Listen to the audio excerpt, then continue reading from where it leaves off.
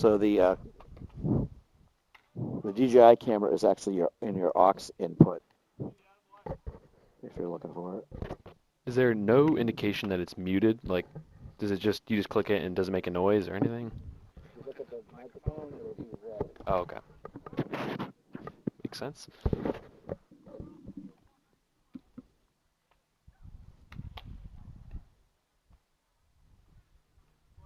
Test. Test.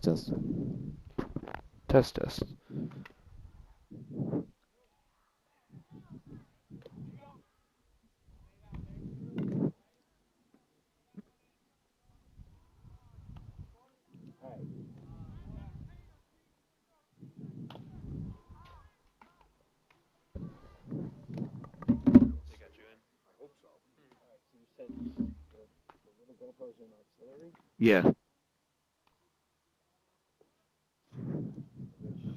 Which is, yeah, it's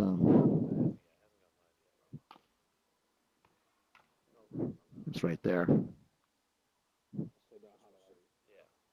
So it'll cut back and forth. Whoops. We don't want auto, we want cut. If Lewis is on, Lewis is not on yet. Oh. All right, I gotta mute myself.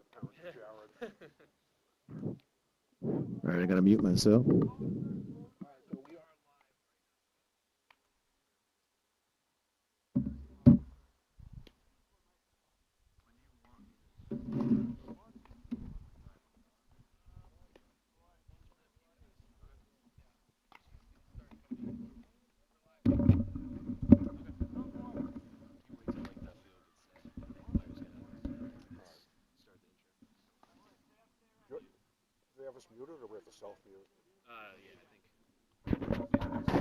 Yeah, I think. Yeah.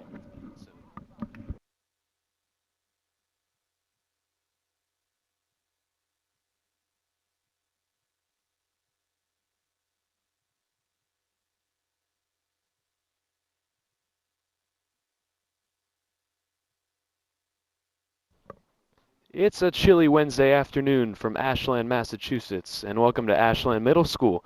WACA-TV presents Game 2 of the season for the Clockers as they take on the Medway Mustangs. Medway, coming off a tough loss at Westwood on Monday, will look to bounce back as Ashland looks to start off their season 2-0.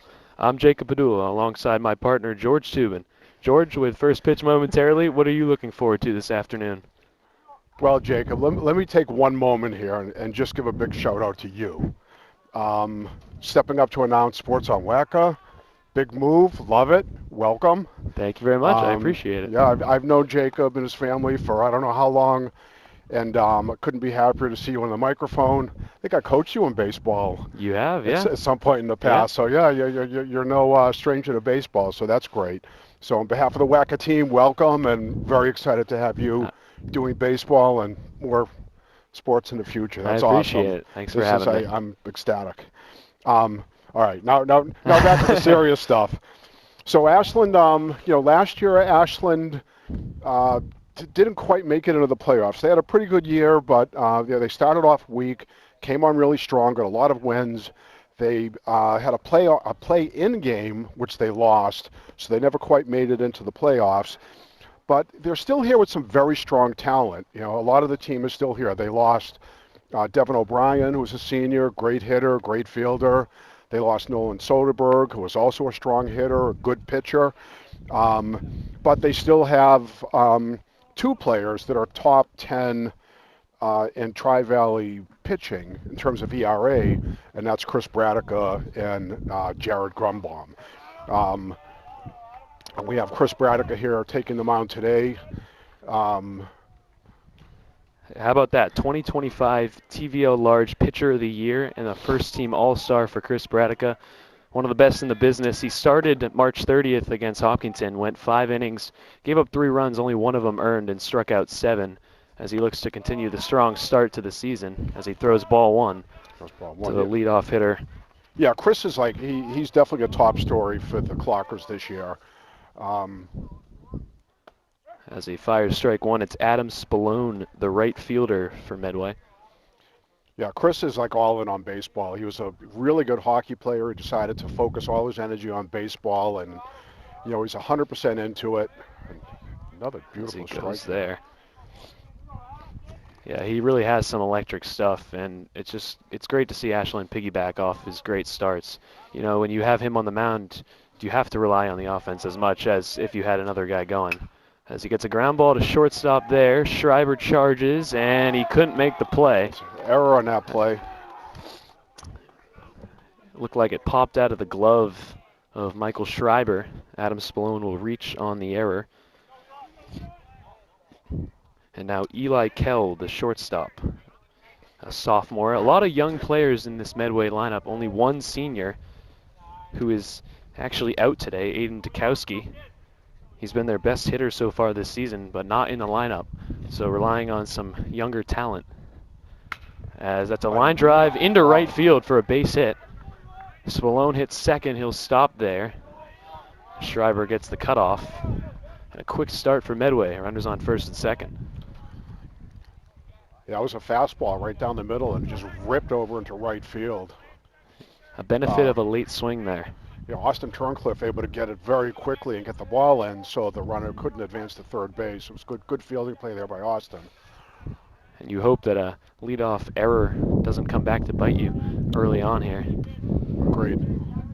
Schreiber holds on Spallone. A swing and a miss there by DeGuay. That looked like a breaking ball that just kind of the bottom dropped out of it right at the end there. Good pitch by Bradica.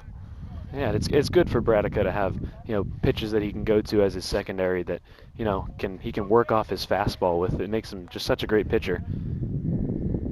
Another off speed, lifted into right. Turncliffe coming in. He makes the catch. He's gonna be able to. Oh no. No tag there from Spallone, and Bradica's got his first out here today.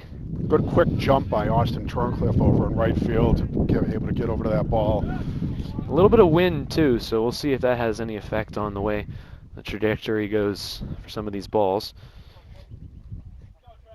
As it's Trevor Smith, the second baseman. He'll take a ball just low. 0 for 5 on the season. Yeah, tougher pitches here earlier in the season where it's kind of chilly out. You need to manipulate the ball in your fingers, and you get a little bit cold out there. But all the pitchers have to deal with it.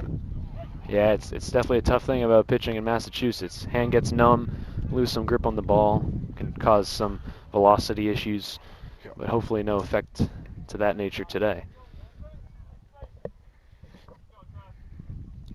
As it's 1-1 to Trevor Smith, and Bradica will step off. Runners on first and second.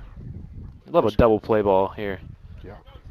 Chris keeping the runners honest, keeping them close to the bag.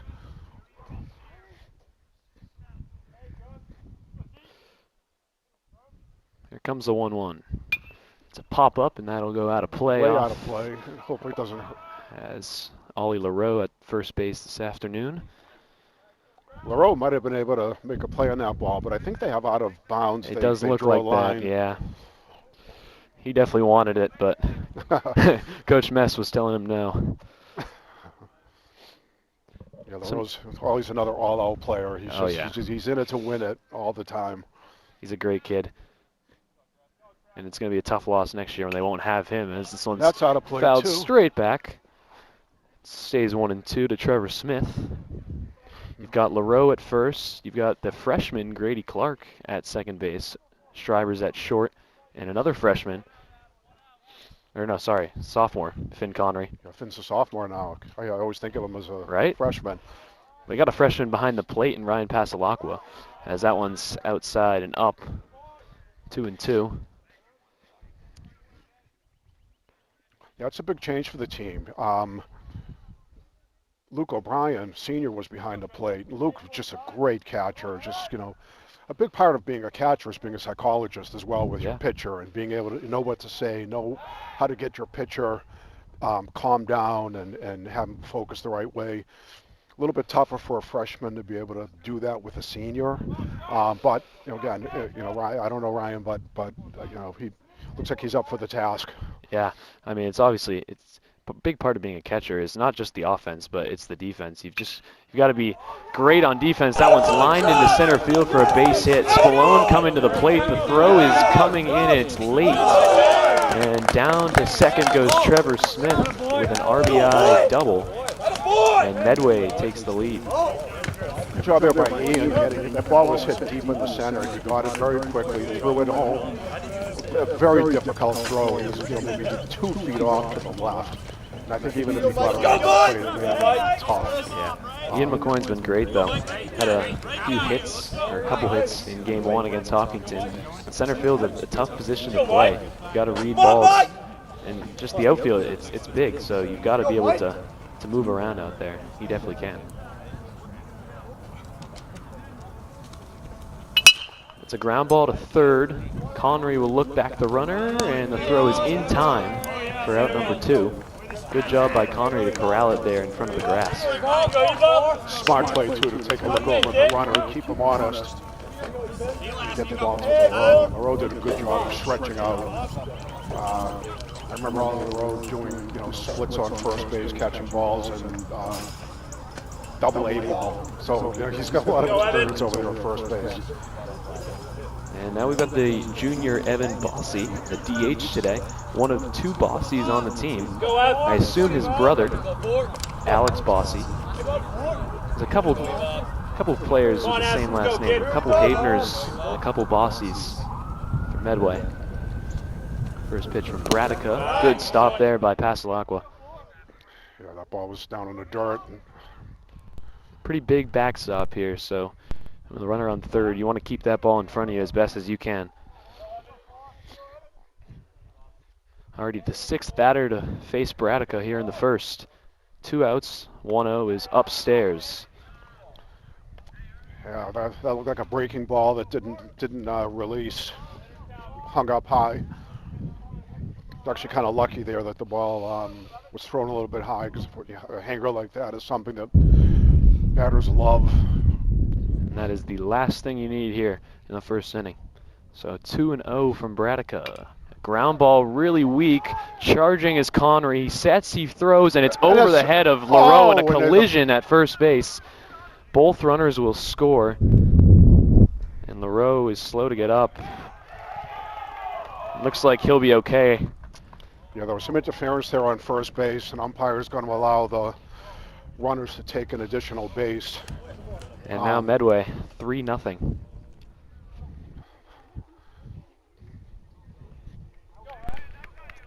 Great fielding play there, to get to that ball, get it up quickly, but then that throw was just rushed a little bit, and it went way over LaRoe's head. There was no way to get to it. So another error, 2 errors in the inning. And only one of these 3 runs is earned for Chris Bradica here as he throws inside. And staying at second is Bossy. Ryan Havener, the left fielder, is at the plate. He is not going to pitch today. Manager of Medway has a couple guys who will not pitch due to some high pitch counts through the first 2 games. As Bradica steps off. So even though Ashland's down, hopefully with some of the top pitchers being out from Medway, Ashland will be able to make it up with their bats. And a pretty strong lineup for Ashland. We'll get to that in the bottom of the inning as a big swing and a miss there by Havener. Yeah, that ball was high. Maybe about neck high, and the high velocity from Bradica. Definitely a tough pitcher to face. And I bet many batters in the Tri-Valley League will tell you that as another late swing on a fastball. It's 2-2.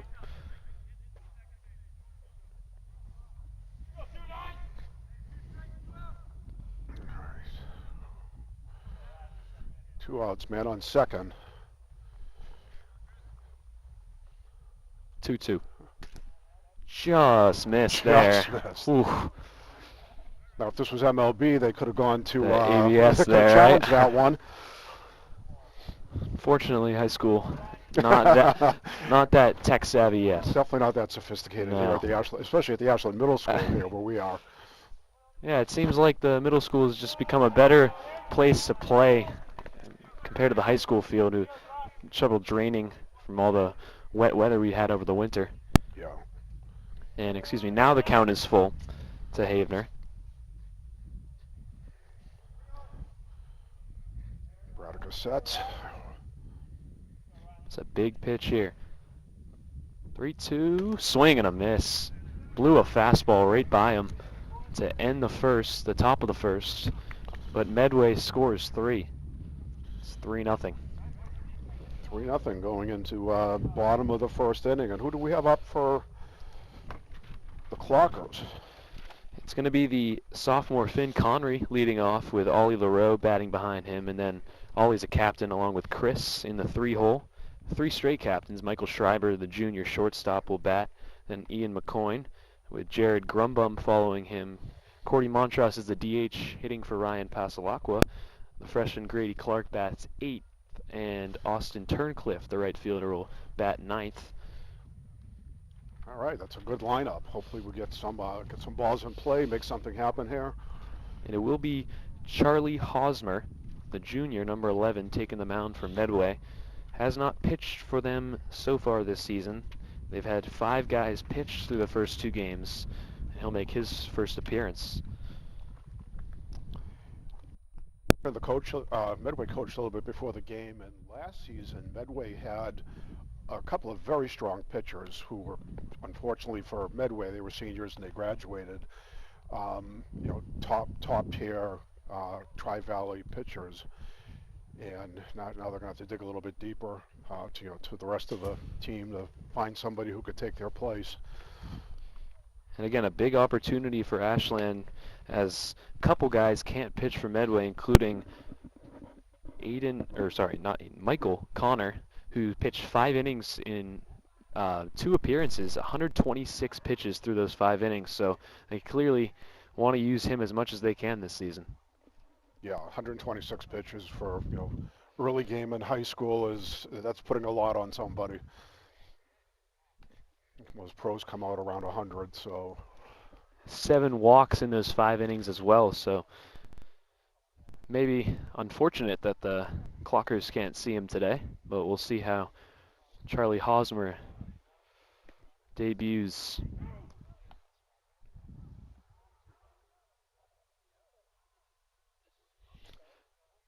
Finn Connery leading off. He was 1 for 4 against Hopkinton. Scored a run, struck out as well.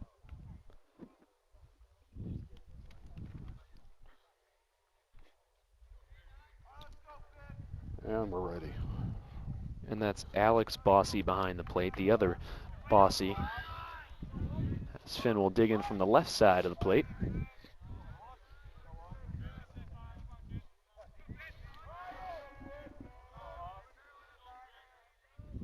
And the first pitch is ball 1, a little low there.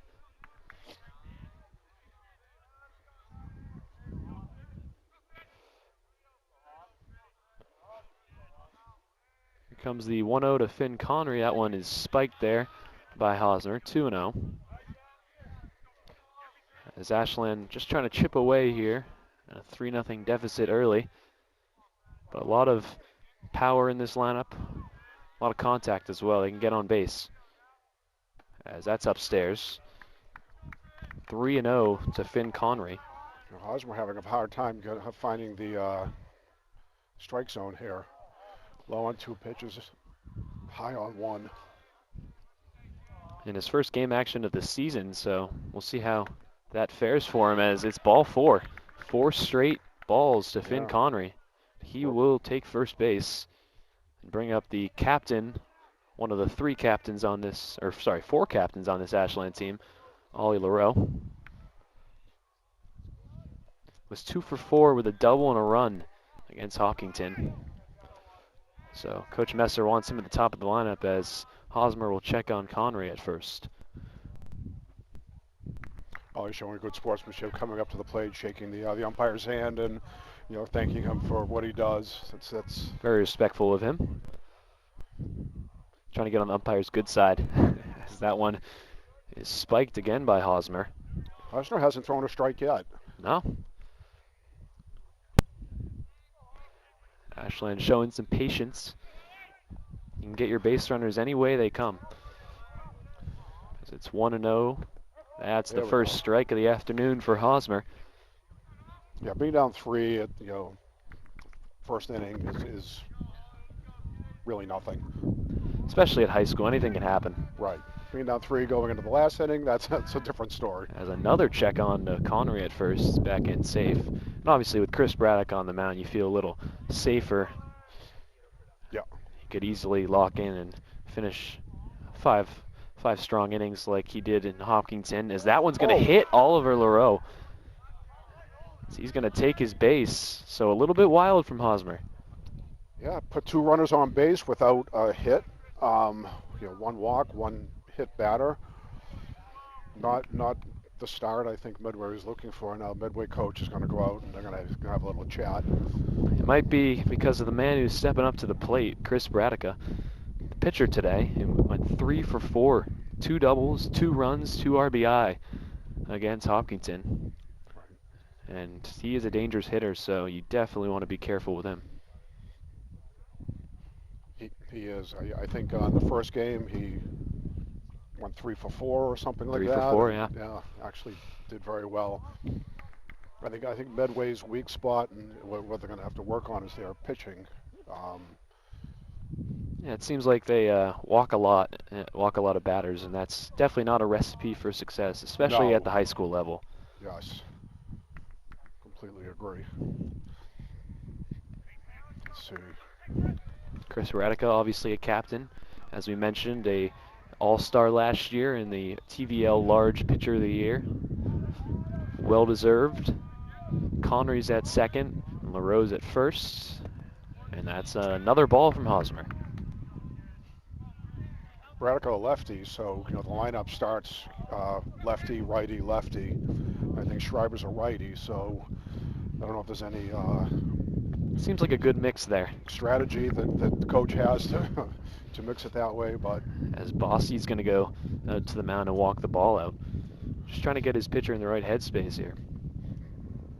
Chris is going to get some advice from the coach here. Just probably don't swing because let the pitcher get you on base himself. Let him give you a strike, He's thrown 1 strike. 1 for 9. It's 3-0. That pitch just missed. And another chance to get a base runner here for the Clockers. 2 on, no out. And I'd assume he will not swing the bat here. Yeah, he's going to have to take all the way. Oh, he's going to show bunt, and it's a strike. Probably showing bunt to try to throw the pitcher off a little bit there and kind of force a ball. Yeah, Chris Braddock, not the guy you'd think would lay down a bunt with all that power at the plate. No. So it's 3-1 from Hosmer. And a swing and a miss there. And now the count is full. That's, was it the 3rd strike he's thrown? 3rd strike out of 11 pitches.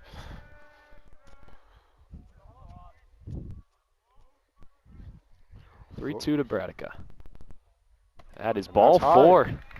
And they are loaded here in the first after Braddock allows 3. Ashland storming back. Bases loaded, no outs. And another captain, it's the junior shortstop Michael Schreiber. Went 1 for 4 with an RBI against Hopkinton. Yeah, Schreiber's also a player. He's a strong kid. So he'll take a ball. Zone gets away from Bossy, but not far enough for an advancement from Connery.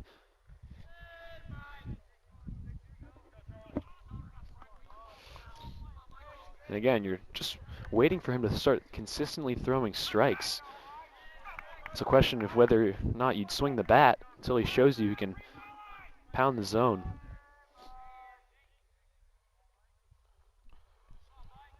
One oh. Bit high, called strike 1 there.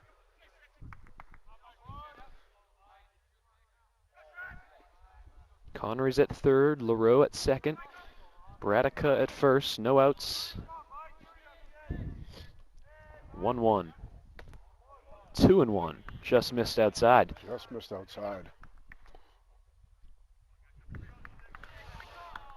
See if Hosmer settles down at some point here in the first inning. You're already up to 16 pitches, hasn't recorded an out yet. It doesn't look like the infield's in very much to try to gun a runner at the plate. As Schreiber will pop that one up, foul territory, and the third baseman will make the catch. It's Michael Connor. Yeah. That ball was hit a mile high. Good job. Luckily it wasn't into the sun, so Connor was able to get himself under it. Those pop-ups can be tough to read as Schreiber will let Ian McCoy know what he saw. The center fielder who went 2 for 3 with a double, a run, an RBI, and a walk. Stacked stat line against Hopkinton. And another RBI chance for him here with 1 away. He'll take upstairs. The thing in these situations for batters is you can get a little bit excited. Bases loaded, no outs, try to be a hero. Grand slam would be nice, right? That one spiked there. Here comes Connery to the plate, and he is going to score. He's going to score that ball. Yeah, another one down in the dirt. And that one got a little too far. Good heads-up play. Ian McCoy, to me, a small target up there at the plate, so with the pitcher struggling, it's going to be hard to hit that strike zone. Trying to shoehorn that ball in there. Now LaRoe and Bradica get an extra 90 feet, so it's second and third with 1 out. It's 2-0 to McCoy. And it's 3-0, so another 3-ball count. That might be his third of the inning, third or fourth. Yep.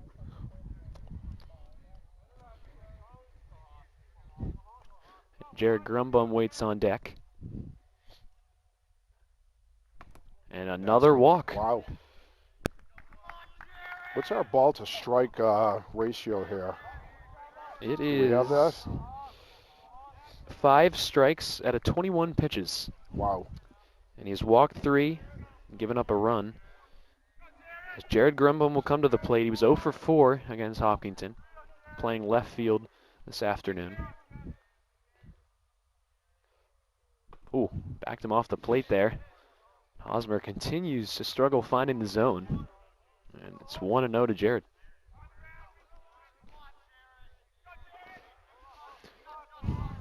Corners are in here for Medway.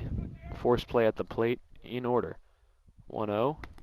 It's outside. 2 balls and no strikes. And the pitch count is getting high here for Hosmer. Like we said, that Medway's used a lot of pitchers and a lot of pitches through 2 games. Ashland's really only played 1 as they rained out of their second game against Norwood. So we'll see how long the string is here for Hosmer as he nearly hits Grumbum. It's 3-0. How long they're going to stick with Hosmer. Seems like he's just having a hard time getting the ball in the strike zone today, which happens. You know, pitchers come out. Some days they're on, some days they're not quite as on. Yeah, he could go his next outing and go scoreless. Yeah. But it all depends. And that's a strike. Grumbum was taken there. It's Cordy Montross, the DH junior, waits on deck. A walk would bring home a run, make it a 1-run game. 3-1. He pops it up into shallow right. That could Spallone's coming in, and he makes the catch. The throw to the plate as LaRoe will hold. A good throw to the plate. That was an amazing throw from the right fielder. Adam Spallone. Adam Spallone. I mean, that was right on the money. You could tell LaRoe wanted to go there, but it would not have been a good idea. No, he would have been out by a mile. As fast as he is. So now Ashland 2 outs, and at risk of leaving the bases loaded here in the first inning. They got to take advantage. Here, Charlie Hosmer continues to struggle finding the zone as Montross digs in. He'll take a ball. He was 0 for 3 with a run scored. He also was hit by a pitch against Hopkinton.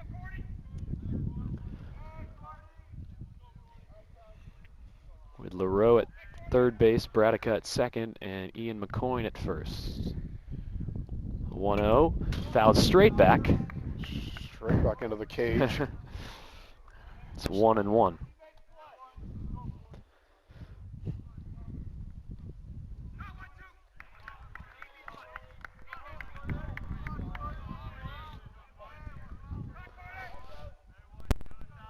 Big chance for Cordy Montrose. 1-1 from Hosmer. Drops in a strike. That was a nice change-up or breaking ball that came in there. It was definitely off speed. I think And had if I'm not Cordy. mistaken, first time he's been ahead in a count here in this first inning. 1-2. That's true. That's very true. This would be huge for Medway to get out of this first inning with just the run, despite nearly 30 pitches. This is pitch 30, and it's up high. He tried for that breaking ball again. It just stayed up high. We'll see if he tries to triple up on that, or he'll go to the fastball here. A 2-2 count.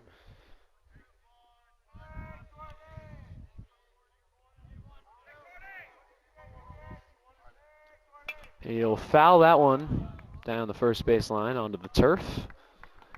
Good job by Cordy fighting that one off. That would have been a strike. It was close to being a strike. You don't want to take a chance on a two-strike count, and he did a good job of just fighting that one away. A lot of good at-bats here from Ashland in the first.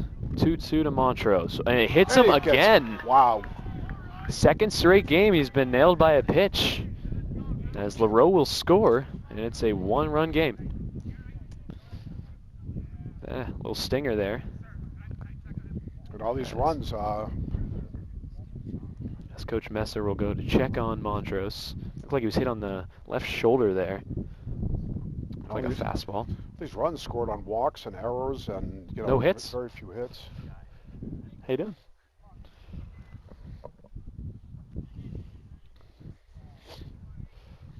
So Hosmer with 32 pitches. The bases are still loaded here in the first. Like Montrose is okay. Yeah, Hosmer finally got a head on him, like you said, on one of the batters, and looked to be in a strong position, and then hit the batter. The balls put in play haven't been hard hit, but it's been a tough time getting the balls in the zone to get some swings, as Grady Clark takes a strike. And that ball gets away there. Bradica thought about it. Was Grady the 8th batter or 9th batter? Grady is 8th. 8th, so okay. Almost making it all the way through the lineup here in the first inning. Grady Clark, a freshman, the second baseman, went 1 for 3 with a run in his first varsity game. And now 0-2. Dropped in. That was a nice breaking ball. That was. By Hosmer.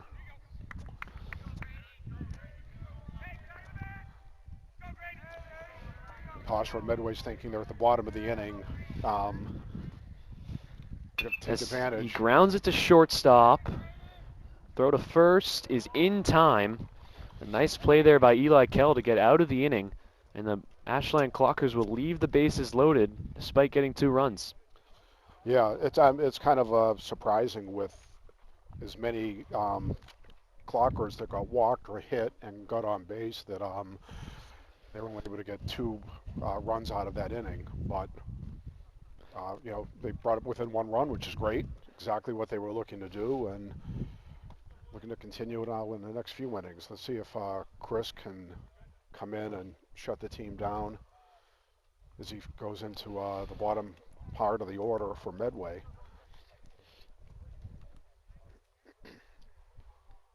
Yeah, a chance to get right after a tough first inning. His offense did their jobs.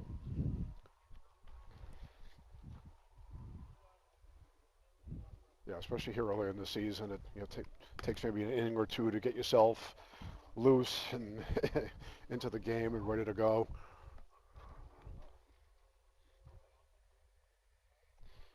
So it's going to be Bossy leading off, the second Bossy, Alex. It's 1 for 7 on the year. Nice.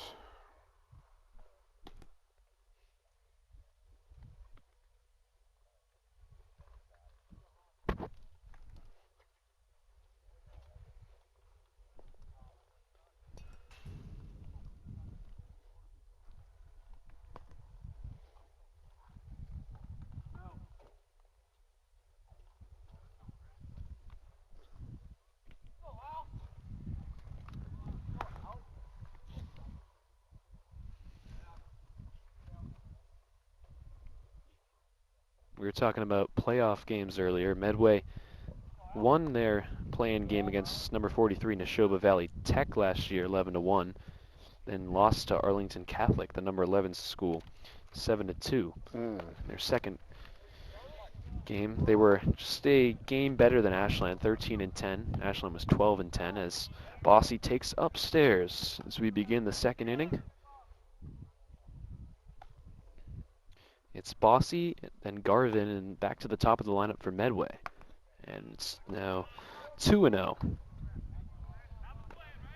It looks like there could be some warming up of pitching for Medway in the back. Yep, you're correct.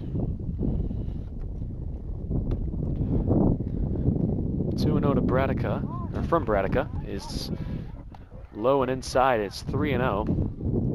Yeah, what the good part about the first inning was the Clockers were able to get a couple of runs, go through the order. The bad part about it was Chris Bradica sat on the bench and lost a little bit of the warm-up that he had because the inning went so long.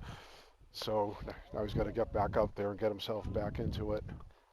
In the chilly afternoon, it's tough to get going in this weather, as he will walk the leadoff man, Alex Bossy. And it'll be Cooper Garvin, the 9-hole hitter, the junior, making his first appearance of the season here, playing center field.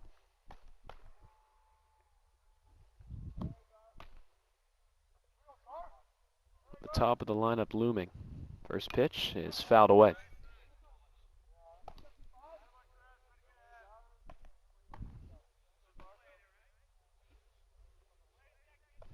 Interesting. I just got a note that all varsity baseball games are going to be played at the middle school this year. It is interesting. It seems like the high school field just not draining properly. Yeah, they had a problem. I know there was one problem where the field was plowed when it shouldn't have been plowed and caused some drainage issues, and looks like that issues are continuing and they're going to come here to the middle field. It's a little unfortunate, but you know. It's a decent field. It's an older field. Yeah. As that's that line down the killed. left field line. That is a fair ball. Bossy will go to third. The throw's coming in. It's cut off, and he is safe. That one gets away all the way to the backstop. Oh, if he was paying attention, he could have scored on that. As down to second goes Garvin, his first at-bat of the year. He's got a base hit. Jared Grumbaum did a great job getting to that ball, throwing the ball into the cutoff. I didn't see who was over cutoff. It was Schreiber, yes. Whoever. Yeah. Then there was an error on the play, trying to get the runner out of third base. And now the top of the lineup, Adam Spallone, the right fielder.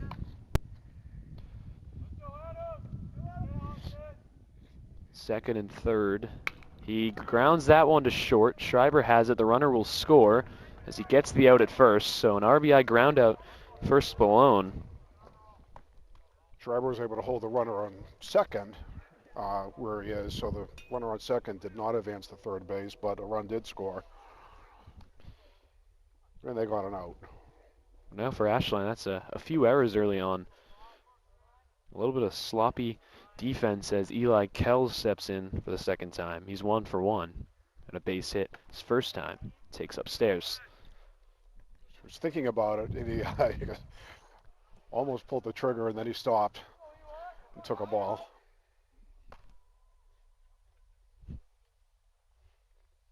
Radica taking his time now up at the plate. As he'll step off again. He's been keeping an eye on the runners. Yeah, he does a very good job of keeping the runners honest.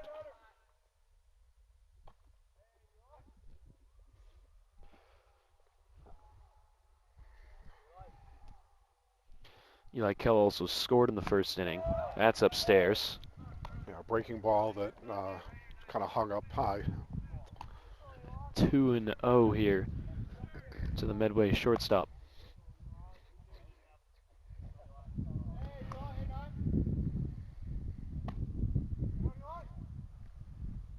That's fouled on the right field line, a little late on a fastball, and it's 2-1.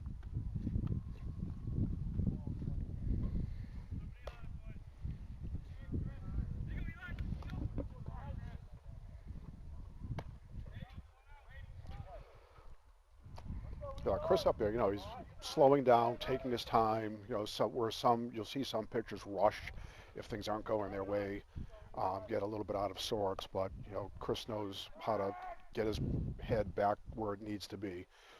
What did Yogi Berra say? You know, baseball's 90% mental. Yeah, yeah, that's a big part of it. That 50% something else. It's a ball there, so it's 3-1. But yeah, that's a good trait to have as a pitcher. You know, not just the physical ability, but the ability to fight through some rough patches. You know, baseball's a long season, so you have a lot of time to right your wrongs. As he walks another batter.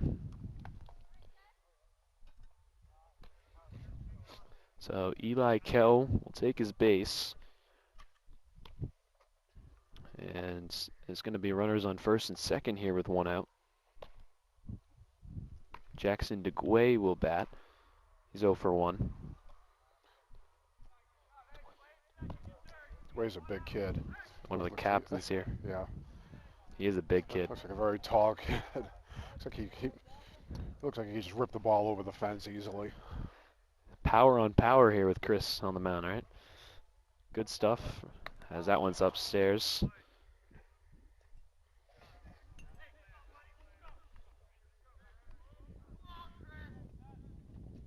Braddock has thrown 37 pitches here with only 1 out in the second.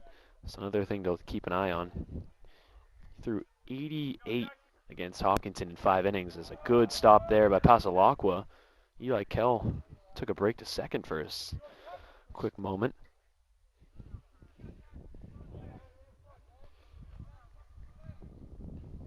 The good thing for Ashland is they've had 1 game, so a lot of the arms that they have are fully rested.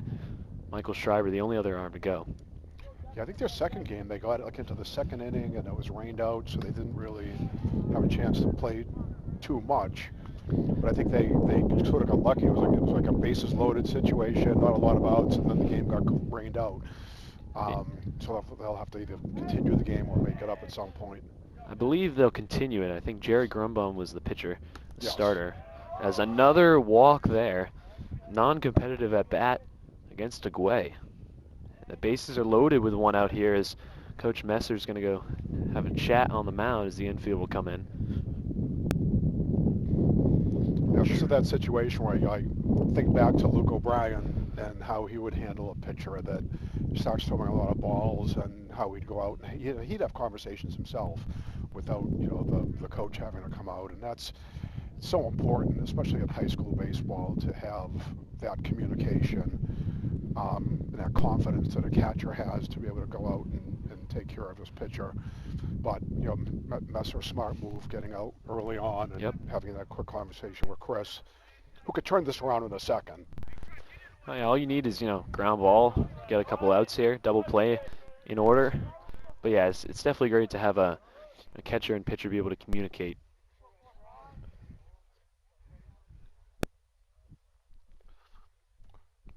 That's a fly ball into left. Grumbum is there for it, as Garvin will score on a sac fly. And Medway has put up 5 here with 2 outs in the second. It's 5-2. Yeah, that ball was deeply hit. No chance of outfielder getting that ball to home plate. So smart plays to throw it to the cutoff man over on third base. So the second baseman can't advance to third. And a good job by Grumbum to read it, know that there's no chance to get the runner at the plate, and just take the out. Yep. So now 2 away. Runners on first and second. That one's popped back behind the plate, off the bleachers back there, and it's 0-1. So that's 2 hits for Trevor Smith. 2 hits and 2 RBIs through 2 innings. So having a good day at the plate. This is Michael Connor. He's 0 for 1. And he's down 0-2. Still snapping that fastball in there.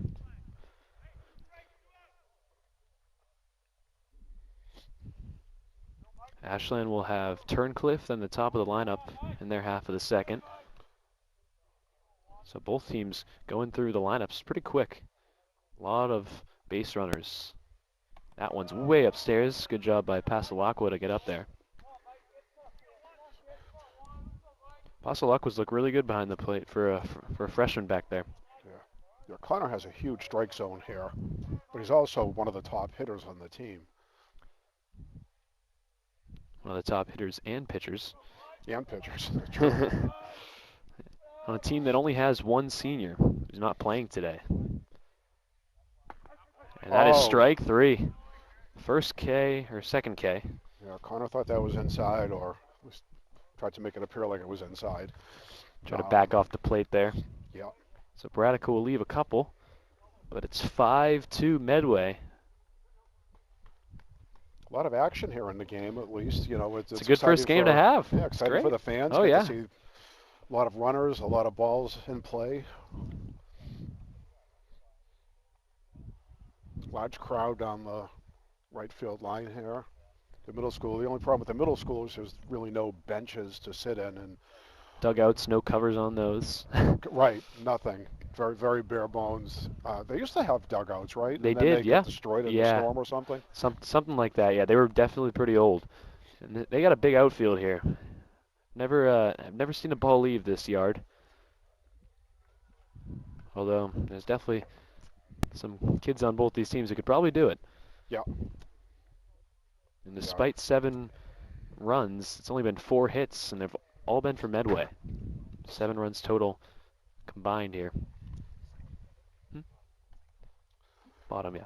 Looks like Hosner's going to be back out for the second inning, despite having some warm-ups happening on the side. Let's see if he maybe that was him throwing a little bit, trying to get his groove on. Yeah, with 35 pitches in that first inning. Wow. And Austin Turncliffe will lead it off. He's out and right. He was 1 for 3 with an RBI and a run scored against Hopkinton. Ashland had a great day hitting the ball against Hopkinton.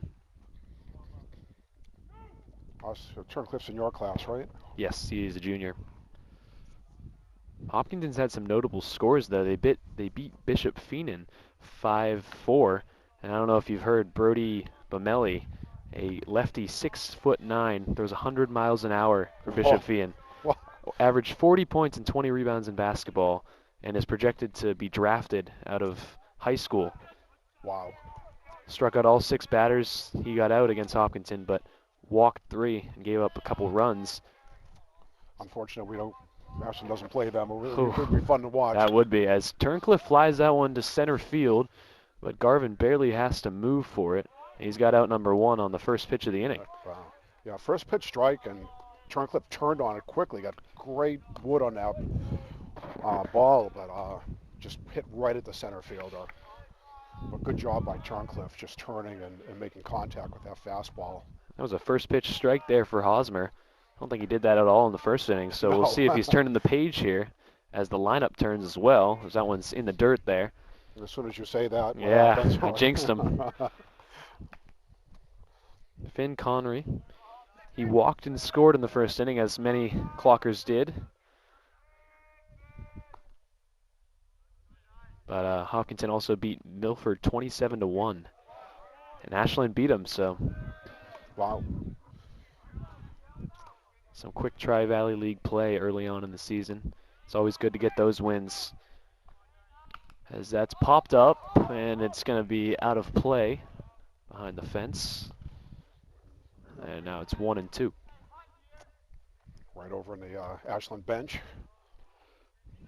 I think one of the toughest plays is for catchers when they have to flip off the mask and try to catch those pop-ups. Figure where that ball is, right. I don't think I've ever seen a high school catcher do it gracefully. It always looks like they're struggling. As it's foul tipped into the mitt for strike 3. That was a nice changeup. That was. Came with a bunch of fastballs, then and they throw the ball. They throw the ball away while trying to throw the ball around there. Not a great look. But that's the first strikeout there for Hosmer. And it looks like he's starting to find the strike zone a little bit more here. Yes. He's definitely settled down. As Oliver LaRoe will bat.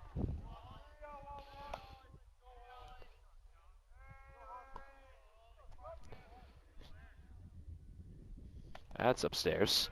He reached on an error his first time up. The collision. Yeah, Or was that an error? Or I don't even. I think it was, well, the error was the ball thrown over his head, Yeah. and then that caused the collision. He did But Ollie's score.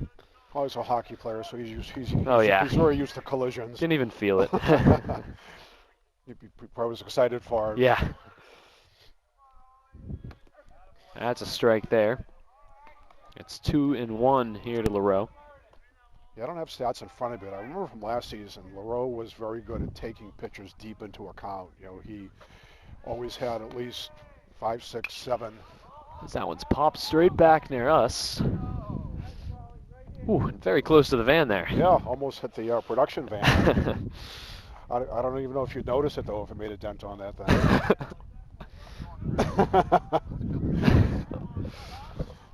So it's now 2-2 to Ollie. And only 9 pitches. A chance to have a quick 10-pitch inning here for Hosmer. 2-2. It's a ground ball to third.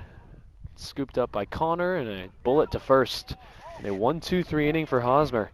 Good bounce back. Yeah, sharply hit to Connor. He stayed right on it, waited for the ball to come to him. It was coming hard. He didn't have to charge it. Picked it up and just nice, smooth, fast throw to first base. So no damage done there by Ashland. And you hope that you can get a scoreless inning here to try to keep it at 5-2. Yep. So seems to be getting a little bit cooler out here too. Definitely seems a little chilly. A little bit. Not in a nice heated booth like we usually are at Ashland High School. It's been a long winter and it's early spring. A lot of cold days. Yeah.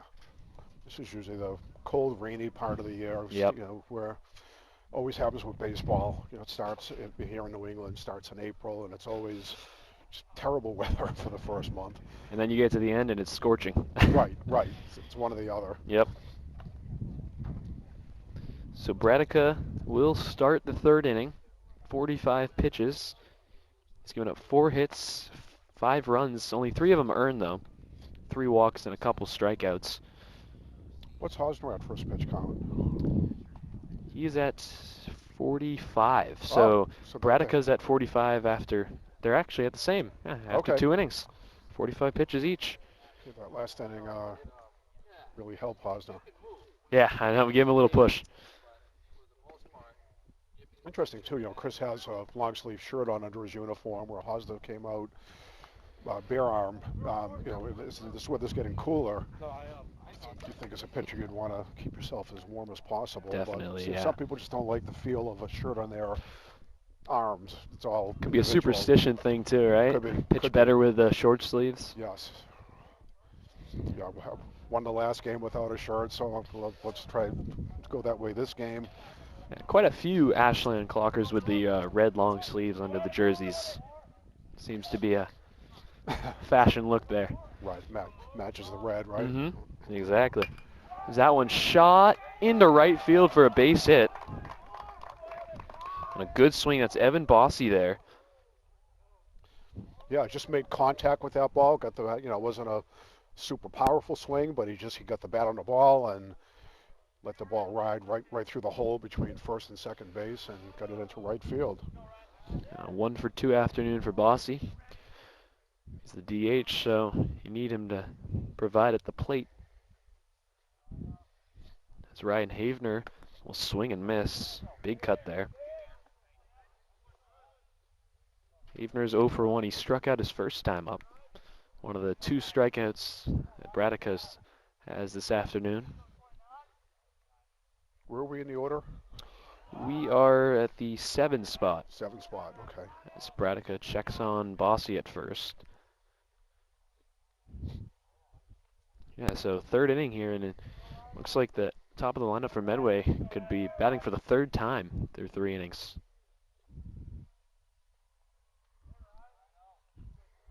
Chris with a very long pause here. And he'll throw again to first. He definitely likes to keep his runners close. He does. Now, that's the advantage, too, of a lefty pitcher. Definitely. You got that straight view. You don't have to keep looking over your shoulder and worry about box and things like that. You're just looking right over. And he knows LaRoe has a great glove, so even if he's off a little bit. Has another snappy fastball.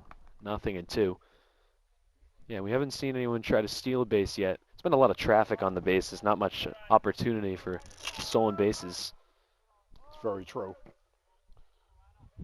Get the pocket radar out here. Well, we'll see if it works. It's 0-2, and another strikeout of Havener. Third one for Chris Bradica. Yeah, that was like a changeup that after he threw a couple of fastballs, got it ahead of him. He threw a changeup that just the floor came out from under it, and batter just swung right over it. And Havener a little frustrated with himself. Might want to avoid swinging at those pitches. Not much you can do there. So with 1 out, it's Alex Bossy. I assume the brother of the Bossy at first base, as he lines that one deep to left. It is down, and it gets by Grumbum. Evan Bossy's on his way into third. He's going to stop there on a double from Alex Bossy that Jared Grumbum just couldn't get out there and left. Yeah, that ball was just hit maybe like 2 steps away from where a left fielder could get to, where it was pretty sharply hit. And Grumbum, he put the burners on, but it was just, I don't, maybe if the fastest player in the team was out there, whoever that is, may have been able to, but Grumbum did everything he could. Just that ball was just well placed. Yes, placed perfectly. And Cooper Garvin, who had a hit and scored his first time up, will have 2 runners in scoring position with 1 out. Takes a ball outside.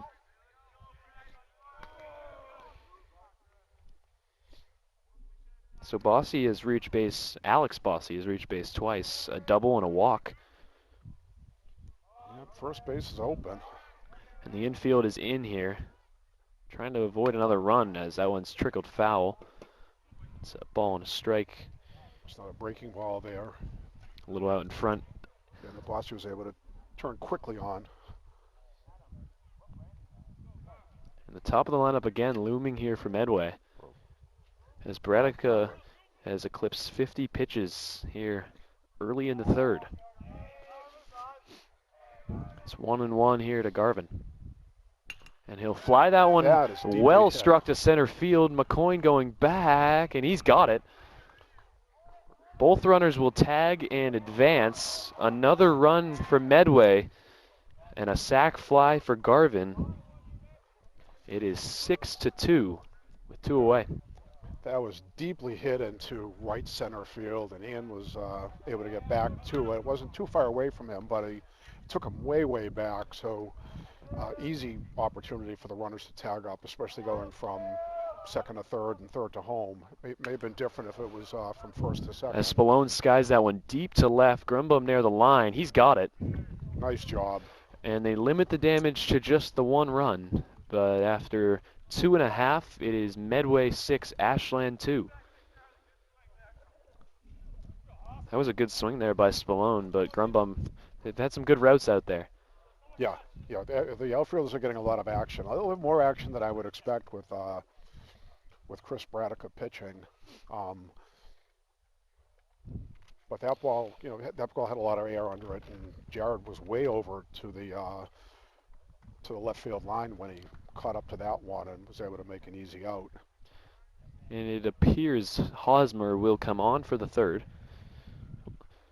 Hosmer turned it around in the second inning there and actually did a really good job. Had a strikeout. He shut the, Ashland didn't score, which was the main thing Medway's worried about. At 45 pitches through 2 innings. Chris Bradica up to 54 after 3. So we'll see if Coach Mess will bring him out for another inning. Who do we have leading off here for Ashland? Looks like we do have Bradica leading off. Okay. So the good thing for him is what he does on the mound, he can make it up for with the bat. Absolutely could.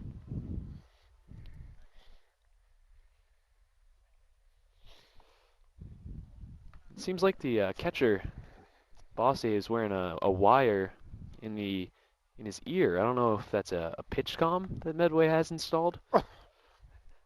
I don't know. It looks like one of those pitch comm wires on the ear there. Pretty advanced if it is. You're talking ABS, maybe they can do it, right? Right, that would be crazy if he did. We'll have to find out about that maybe at one point here between innings. Didn't know if that was if it's legal in high school. I know, right? Guess we'll find out. This is a big part of the lineup here. 3, 4, and 5. It's Bradica, Schreiber, and McCoyne. And if you want to get back in this game, it starts right here. What's they'll do? The Clockers looking to do some damage here to end the third inning. Bradica walked his first time up. It's been quite a few walks for both sides early on.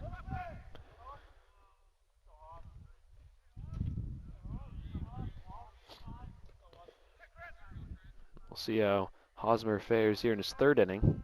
After a good second, he'll throw ball 1. That one's outside, just off the plate, right in the strike zone, but outside. Here comes the 1-0.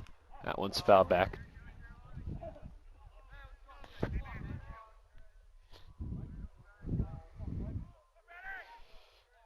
So Hosmer's hit 2 batters, he's walked 3, but he hasn't given up a hit yet here through 2 innings.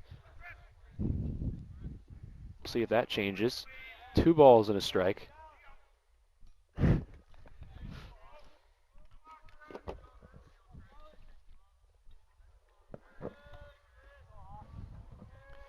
Two balls and 1 strike. That one's upstairs. That's upstairs too. So Bradica, chance to get 2 walks for him here.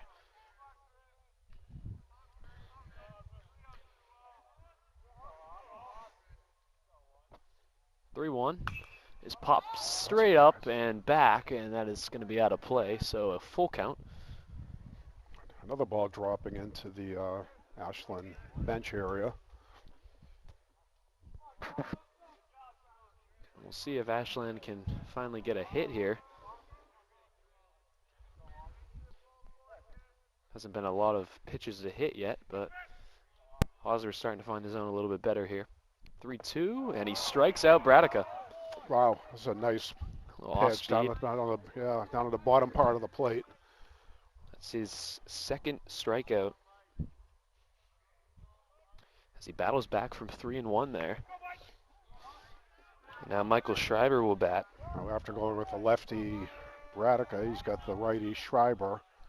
Schreiber's 0 for 1. He popped up with the bases loaded back in the first. And he'll pop up again there. Same place. Connors is going to call off the shortstop Kell, and he's got it. So 2 quick outs here for Hosmer as he begins to settle in. Another mile. Is that what Schreiber did the last time up? Yeah, I hit believe. That pop fly right to the third baseman. Yeah. Bases loaded in the first inning. Yeah. Yeah, he just got a little bit under it. Yeah. He's making contact, but just a little bit. And he's on got the bottom side of the ball. He's got time. He'll be up again, so we'll see. Might not be against Hosmer, but Ian McCoyne takes a strike. He walked his first time up. That was a nice breaking ball. That was. A lot of good action on it. Hosmer 0-1. Another good one. Ball. He is starting to feel it here. Might have been the first inning jitters. Yeah, Hosmer's dialed in now with that breaking ball. He got his fingers warmed up. Nothing in 2. Oh, then he just missed there. Then he goes to the fastball upstairs, and yeah, it doesn't look like a bad fastball. It's just been a little bit of trouble locating it. yes. But see, tries again there with the off speed. 2-2. Misses high. 2 outs. 55 pitches now. And he strikes out McCoyne to end the inning. He strikes out 2 in another quick inning for Hosmer. His third strikeout. Gets him 1-2-3. I gotta say, Hosmer looked great that inning. I mean, if you compare the third inning to the first inning, it was like 2 different players. He must have just came out not warmed up, a little bit cold, not in the groove, and then over the course of a couple of innings, he's kind of getting into his groove and looked great that inning. He definitely did, and it looks like Chris Bradica will be on for the 4th inning. He's thrown 54 pitches through 3. Yeah. And I think Brad is going to be in for 100 pitches. Yeah, it's looking that way.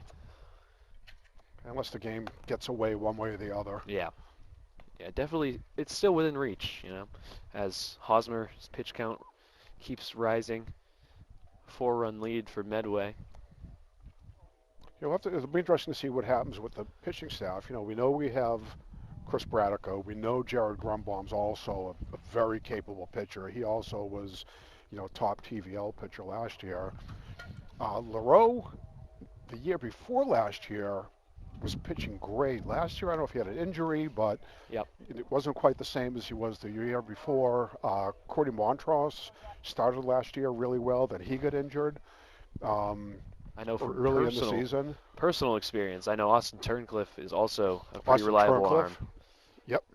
He's also a good pitcher. I think Schreiber potentially pitches. Yeah, and I think that they have a lot of options. None of them are going to, there's a couple of them that'll blow you away, but, just a lot of reliable arms, and that's what you need. That's what good teams have, is guys they can rely on. Right. It'd be nice to have one more solid starter. You got Chris, and you got Jared. We'll see who steps up. Yeah, as it's 1-1 here to the leadoff man here in the fourth. It's Eli Kell. So number 2 hitter in the lineup. It's 2-1. Lays off that one at the last moment. And Ashland's been lucky. Their first 2 complete games have been from Chris Bradica. Haven't had to really look at other options yet, as that one was shot foul. So 2 balls and 2 strikes. Eli Kell has had a very good afternoon so far.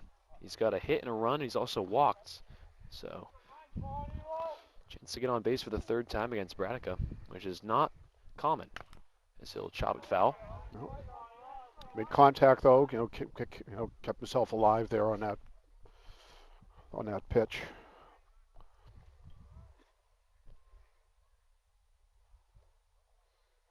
Bradica has struck out 3. Struck out 7 through 5 against Hopkinton, as another foul ball off to the right onto the turf. Yeah, right behind the middle school field is the turf field, and fortunately there's no games going on. There's just practices, so nobody over there to get hurt with the foul balls.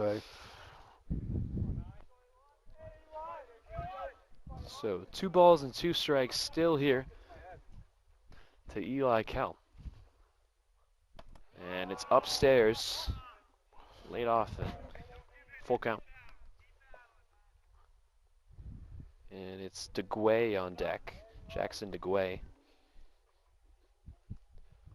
And a ball 4. That breaking ball hung up and just didn't come down. So that's the 4th walk for Bradica here this afternoon. And the 3rd time that Eli Kell will reach base in 3 at-bats, 3 plate appearances. As DeGuay will bat, first baseman, captain. Opportunity for a double play here for Ashland. So we haven't seen one of those today on either side. As the runner is they caught caught him. there, LaRoe, it's a pickle. As Schreiber will look back, and he will tag out the runner, Eli Kell, who tried to slide back into first base. Good job by Schreiber to hold on to the ball there, take the play himself. Yeah, we've seen Chris go over to first base, a few times, and runner getting back easily. That time caught him. It looks like the first time that either side has attempted to run and didn't even get a chance for a pitch to run on. Yeah, I don't know if he was trying to run or he just kind of got caught leaning the wrong way. Yeah, I don't know if he thought Bradica was going to deliver that one to the plate. Lefties can be a little deceiving at first base. Yeah, it's a good move Bradica has there. He's taking his time. He's not. That one's fouled straight back, and it knocks down one of the cameras. But one of the underrated parts of pitching is the step-off move. I know there's a lot of great MLB players who have good step-off moves. I know Clayton Kershaw, another lefty. It's a great step-off. If that one's grounded into center for a base hit. Yeah. As DeGuay is going to reach base for the 2nd time, walking a single this afternoon for him. And not the sharpest this afternoon for Chris Bradica. But it was good that he got that runner out at first base there. Yeah. To avoid having a runner in scoring position. That's true. I think Medway overall is a pretty good hitting team. That's just off the. Is it like off the side for a ball? Okay.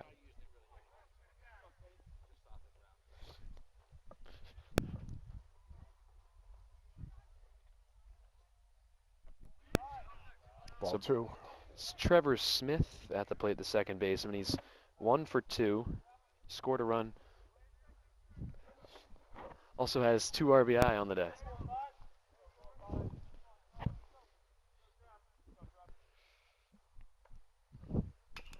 He'll chop that one off himself. Had some fans come up to us there. Yeah, for those who are watching the game, the Jacob Padula fan club just came over and asked for his autograph, but he's in the middle of the game, so he couldn't do it. I told them after the game they can stop by.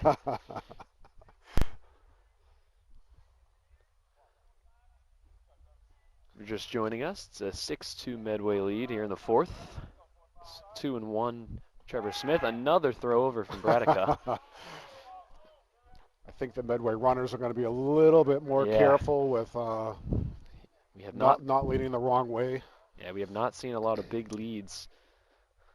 No, that lead is definitely shortened up from what it was after that pickoff move. And it's not like the MLB as Smith ropes it into center and it's going to get down in front of McCoyne.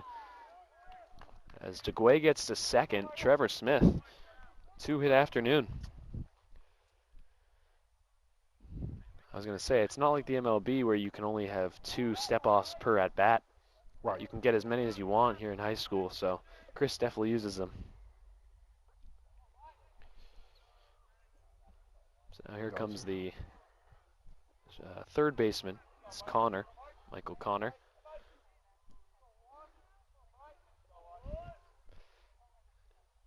And again, the runner was eliminated off first base as that one smoked into left field. Grumbum back on it. It's going to get by him, and it goes all the way to the wall.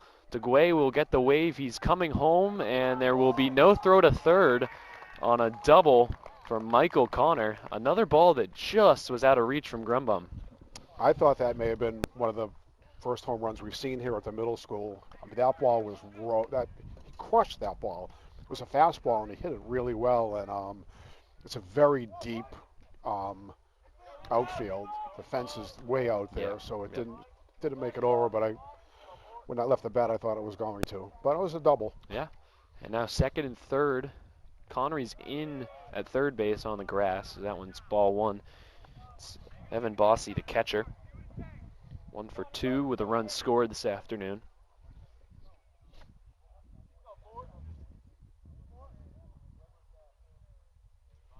Only 1 out here. As that one is way outside on an off speed that didn't break. And it's 2-0 here to Bossy. Bradica has eclipsed 70 pitches here with an out in the third.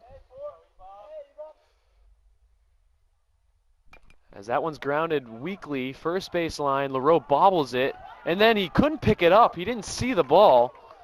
A run will score, and Bossy gets to first base. LaRoe just couldn't find it on the ground. No, and that's the only thing about the middle school is it's not completely flat. It's there are little pockets, and things like that could happen in the infield. I mean, it may have been fielder error, but it could also have been just something wrong with this infield. Yeah, I think the issue was he looked up at the plate to try to maybe get an out there as the runner came to the plate, but I believe that was Trevor Smith who scored. As a fly ball pop-up. Very shallow outfield. Schreiber will call off Clark, and they got the runner. What a mistake by the runner on first base. Bossy was going, I believe. Yeah, the runner on first base, I think, thought that it was 2 outs, so he just started running, and then it was too late where he realized there was only 1 out. And Ashland will take it. A couple base running mistakes from Medway. They do get a run, a couple runs, but... Yeah, that was just a huge mistake. It's that Bossy on first base. Yeah. allowing Ashland to easily double that up and get out of that inning with what, one more. So now we're going into the bottom of the fourth, I believe. Yes, the bottom of the fourth, and it looks like Hosmer is going to come back to the mound. Hosmer's back. We'll see if he looks like he did at the end of the bottom of the third inning. Yeah, has had a couple strong innings after a rocky first inning. Yeah. And it looks like, does seem like there's a pinch hitter warming up for Ashland. Jake LeMay, Okay. number 10, a junior. But it will be Grumbum to lead it off. And I believe Jake LeMay would come in after Grumbum would be taking the DH Cordy Montross out of the game, who was had that hit by pitch his first time up. Right. We'll see what happens here.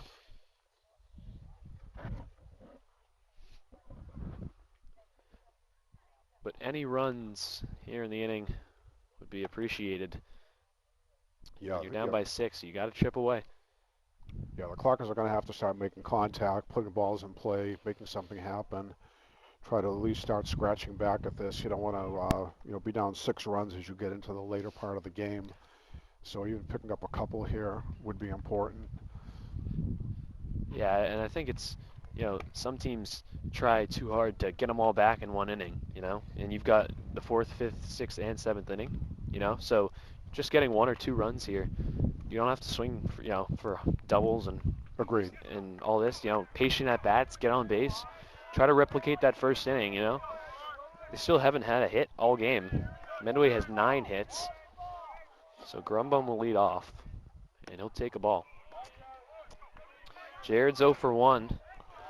An 0 for 5 start to the season, but obviously super early, so a lot of players can start in slumps as it's 2-0. 2-0. Same pitches, down and outside to Jared here to start off. And no budging there from Grumbum. They haven't chased a lot here. They've been very patient, as that's a strike. That was right in there. That was. And we've seen a lot more of that here from Hosmer in the last couple innings. After first inning, he couldn't find the strike zone at all. That one's high, though. So a 3-ball count. I don't think we've seen a 3-ball count since the first inning for Hosmer. No. But he's got one here to Grumbum. 3-1 is popped up, back out of play. And the count here is full. And indeed, Jake LeMay is on deck.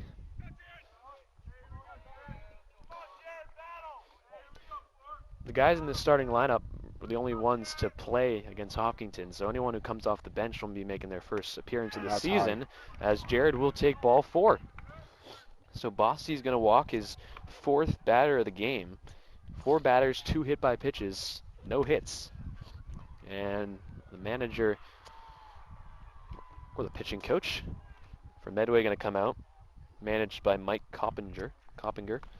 And the whole team will come in, all the infield will come in for a mound meeting. See what they decide to do here. Doesn't look like he's going to make a change. Looks like it's just going to be a conversation. Especially as you get to the bottom third of this lineup.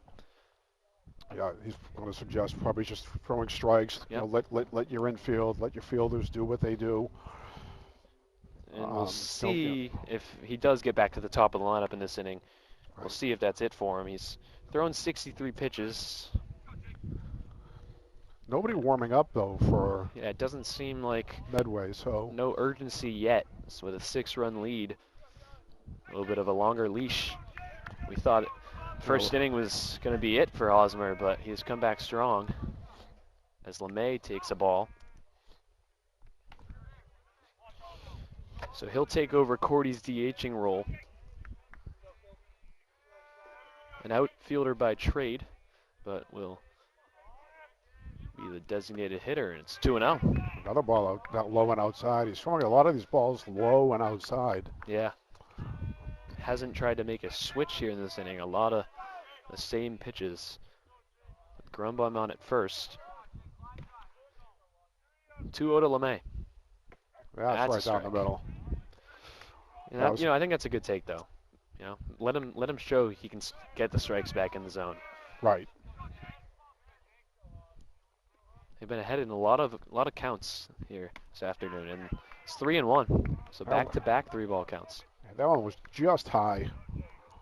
Maybe a little bit outside to LeMay. See if Hosmer can get. See if he has the swing sign here. 3-1, and that is way That's upstairs. way upstairs A little again. inside, and back-to-back walks and another timeout called, and maybe Looks like we're going to heading have to the bullpen. Yeah, I think we're going to have to make a change here. It looks like they will end Hosmer's afternoon. 3 innings. The last 2 were good, but the first and fourth innings sandwiched in there, not great. As he ends the day with 3 innings, no hits, 2 runs, 5 walks, 3 strikeouts, and he also hit a couple batters. Yeah, like you said, I mean, all the runs that Ashland has scored have been from walks and errors and hit batters, not from hitting the balls into the field. Yeah. Which is highly unusual. So we'll see what happens here with the new pitcher coming out. It looks like it's going to be Trevor Smith, second baseman. That's where he was. He is also not pitched this season for the Mustangs. They've used 5 pitchers in the first 2 games, and this is their 6th and 7th. It's kind of a good situation for a pitcher to come in up 6 runs. Takes a little bit of the pressure off with the lead, not having to come in and keep the other team to no runs. So we'll see how he does. But if it's his first start, then there's also a little bit of nerves there coming into the game. I don't know if he was warming up between innings. I'm not sure if he's getting his full warm-up in here, which is sometimes the case in high school, especially when you need to make a quick pitching change for a guy that's in the field. Yep. But he will face the freshman Grady Clark. It's 0 for 1. It's 8 and 9 in the lineup. And if he faces a third batter, it'll be back to the top with Finn Conry. First time they've had some traffic on the bases since that first inning.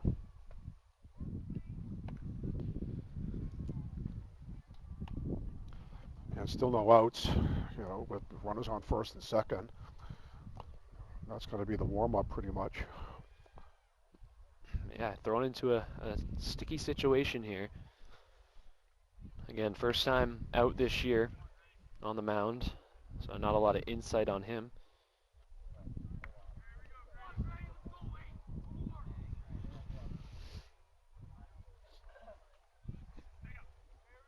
A big spot for a freshman early on in his high school career. Definitely a bright future with this team. A lot of young talent in the sophomore and freshman classes. First pitch is a strike. It's a good fastball there from Trevor Smith. Nice throw by Smith.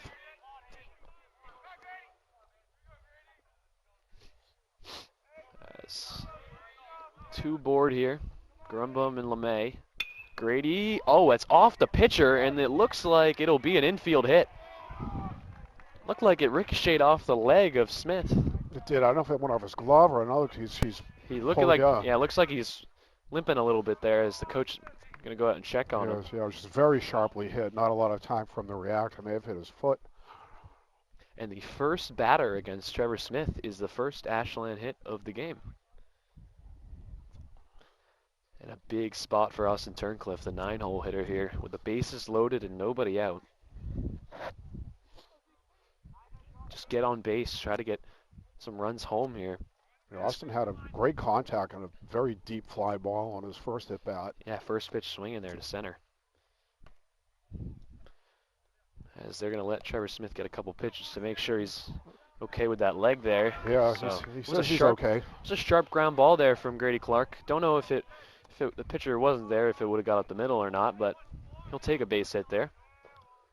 As that's a fly ball to deep left field, and it's going to hang up Catch is made. Grumbum will score. LeMay will hold.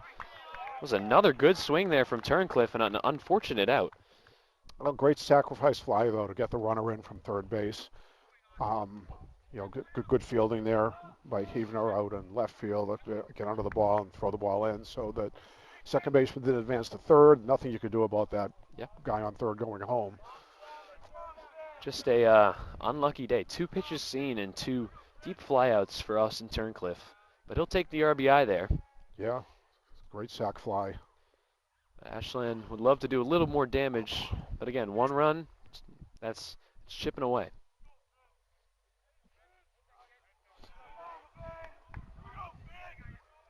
Finn Connery, top of the lineup for Ashland. First pitch is way inside, backed him off the plate there. He's 0 for 1, he's walked and scored, he also struck out. Yep. As Coach Mess tries to get that dugout going. First and second, 1 out. 2-0. First ball inside, second ball outside. Trying to work the corners, but not quite as precise as he wants to be yet. The Ashland bench is coming alive a little bit here, trying to make something happen. As he throws a strike there. That was a strike right down the middle. Ashland showing a lot of patience throughout this game. They're playing like a team that's not down 8-3. A lot of energy as Connery hits it on the ground to first. A high hop there, but it was scooped up by the first baseman, Jackson DeGuay. There's 2 away as both runners move up into scoring position, second and third. Yeah, Kyle McGray decided not to go for double play, try to get the runner out at second and just take the easy out at first, which I don't know if that was the correct thing to do, but he got the out. Rather not risk a wild throw. You never know how that can go, as LaRoe will ground it just foul down the line. Ollie is 0 for 1. He scored a run. He was hit by a pitch. One of the 2 batters that was hit by Charlie Hosmer. Base hit could score 2 here. Very important runs. 0-1. Way upstairs. Yeah, that ball Good job by Bossy. About 2 feet high. We've seen a good outing from both catchers behind the plate. They know how to stop the balls from getting to the backstop. As LaRoe will pop it up. Second base. Second baseman trying to get under it. That ball's all over the place. He will get there. That is number 6. That is Tyler Anderson. He does make the catch. And Ashland will leave 2 in scoring position. But they do get a run. And after 4, it's 8-3 Mustangs. That catch, I mean, the infield starting to get some shadows, starting on the left field, making its way over to right field. And luckily that ball was in a position, for Medway that they had a clear shot at it. Right now, the way the sun is, balls hit in right field are going to be a little bit tough. And balls in the shadow, I mean, left center are going to be a little bit tough, but. Yeah, as the sun begins to set here. As it looks like we do have a pitching change for Ashland. It's the sophomore number 9, Finn Connery. Is going to make his debut on the mound. And it looks like Chris Bradica will move over to first, and Ollie will head out to center. It looks like Ian McCoyne will move over to right. So quite a few defensive changes. Grady Clark is at third as well. Yeah, and Austin's moving to left, I think. So it seems. Well, and Jared's moving to second.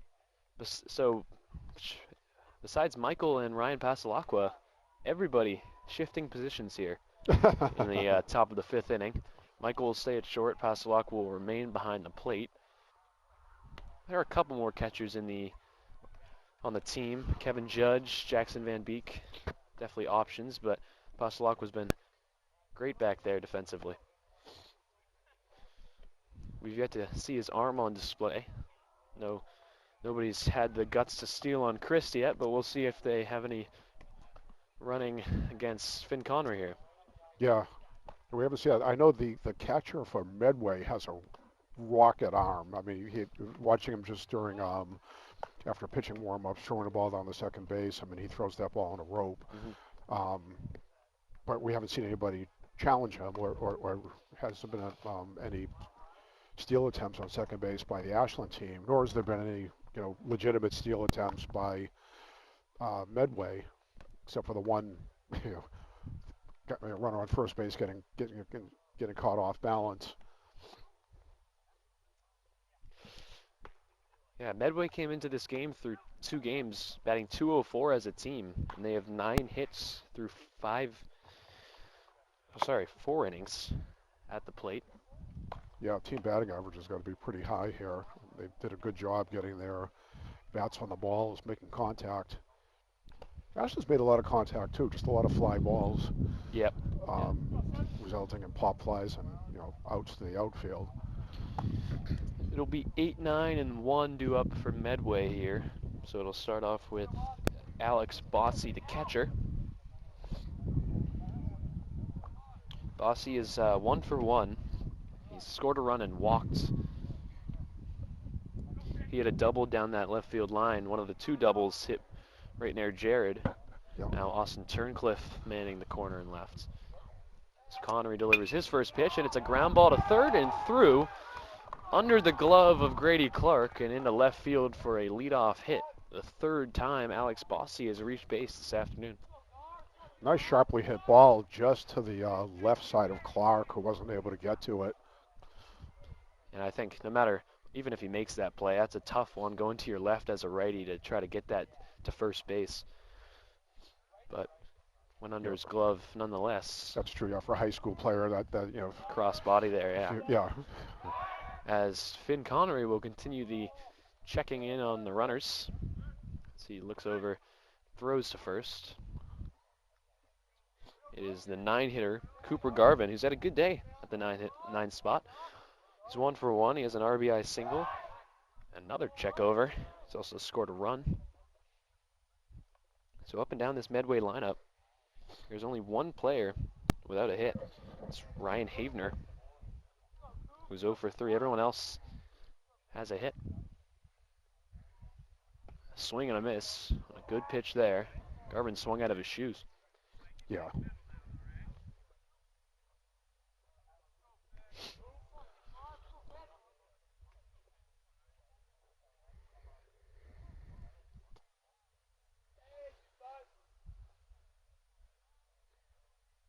That one outside, a ball and a strike.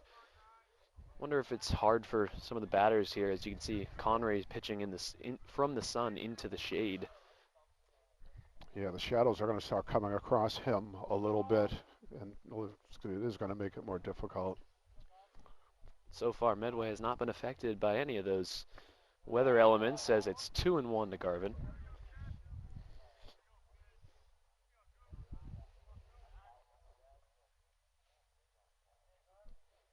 Adam Spallone waits on deck, right fielder, top of the lineup. Garvin will shoot it way down the line and left. If it stays fair, oh, just missed it. Austin Turncliffe gave it a real good effort down there in foul territory. Had a long way to go for it.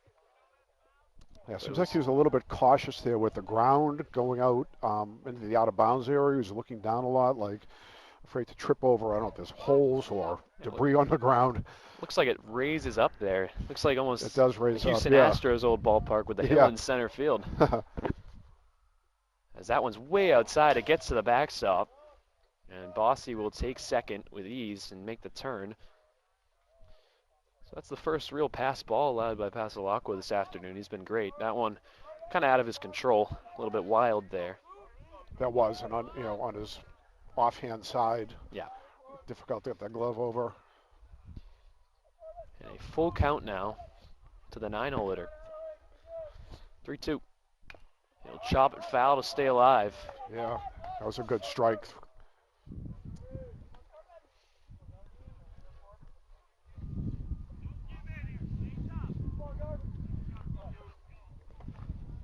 Another runner in scoring position for Medway. Up 8-3. And no outs here. No outs. Full count again to Garvin. As Garvin will sky that one down the line in foul territory. And the catch is made, a really nice catch. Bossie's going to third. The throw is going to be dropped. Finn Connery couldn't hang on. He went to cover there. It was actually a really impressive throw into Finn Connery, and Connery just had maybe took his eye off it for a second, and it popped out of his glove. He would have had the tag. Another nice catch, or another nice effort there by Austin Turncliffe. He makes that catch in foul territory. Garvin just got under that one. Yeah. So it's back to the top of the lineup with Adam Spallone is 1 for 3, an RBI and a run scored. Give props to Clark for racing out there too, even Yeah. though the ball was out of his range. He put the. So that one's popped straight back and out of play.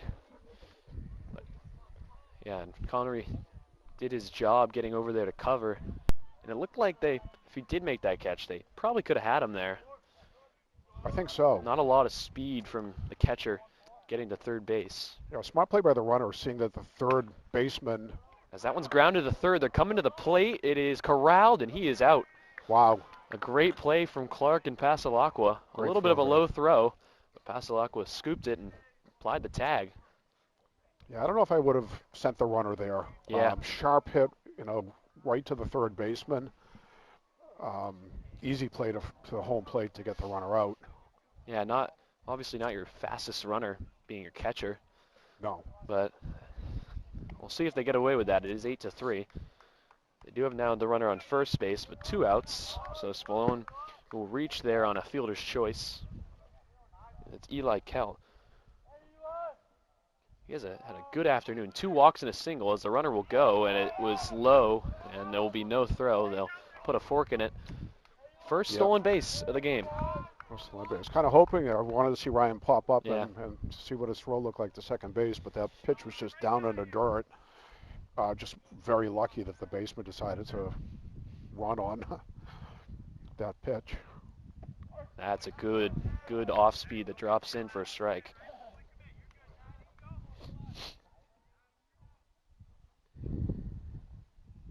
So it's 1-1. Another runner in scoring position. Seems like everyone has been in scoring position at least once for Medway. Yeah. 2 outs. That one hit him. No, I think it hit Ryan. Oh, or maybe hit the knob of the bat there. I don't know. Yeah. Like he stepped out of the way and it hit Ryan. It's a Bounced out tough of the way. vantage point from back here. It's hard to see who that hit there, but Yeah. it'll be a strike. So it is 1-2. As Connery will step off. Another look at the runner. Yeah, Finn, for the batters now, they face Chris Braddock, who has more of a traditional delivery. Finn kind of throws from the shoulder. It's like a, not sidearm, but it's not a, As that one gets away. not a traditional pitch motion. So I think the batters are going to have a little bit of a time picking up on where that ball is being released from, which is good. Yeah. For Ashland. That one got away from Pasalacqua there. Second pass ball of the inning. Spallone gets 90 feet away from the plate. It's a 2-2 count. Kind of base hit or another pass ball or a base hit will ring up another run. This is a big at bat. 3-2. 5-run game. It's manageable, but you start getting to the 6-run leads as you get later on. 3-2 is shot down the right field line and well foul. Nice pitch there by Connery. A good fight off there. Nice strike, low and away. Very difficult pitch to hit. He put it like right in the spot he wanted.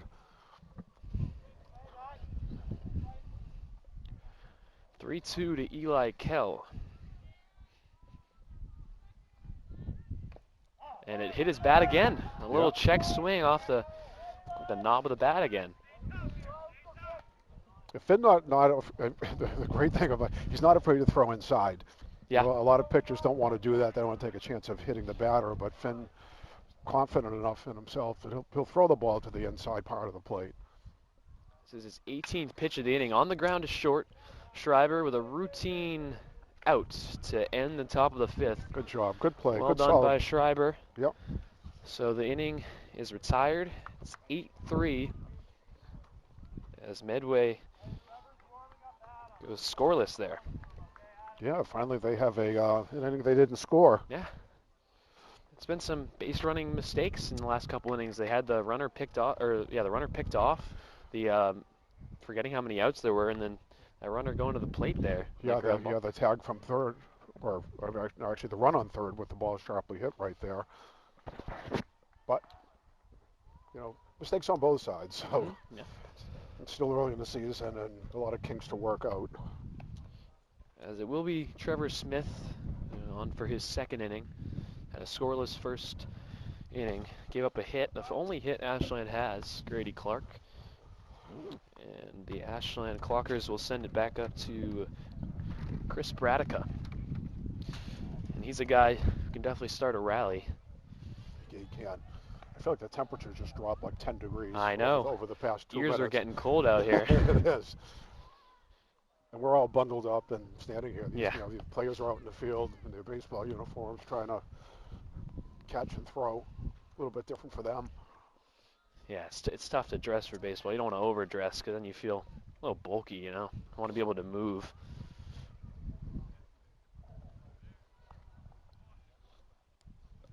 Chris has come to the plate twice. He walked his first time and then struck out swinging against Hosmer his second time up. It was a good off-speed to get Chris.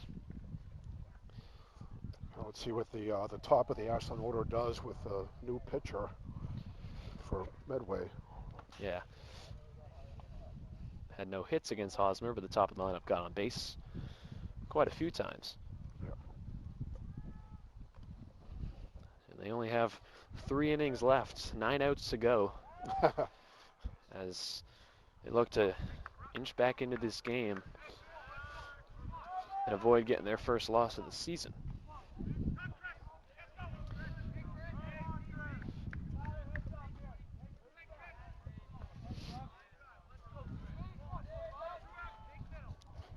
Conversation now between the catcher and the umpire. I think something's wrong with his helmet, but he got that squared away. Could that be the pitch comm or whatnot, whatever, right. whatever he's got in his ear there?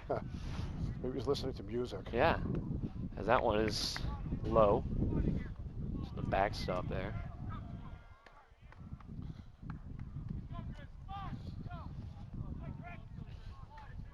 The Ashland dugout's still alive here, as he swings and misses there. Nice pitch to the bottom part of the plate there. Yeah, they've pitched him well.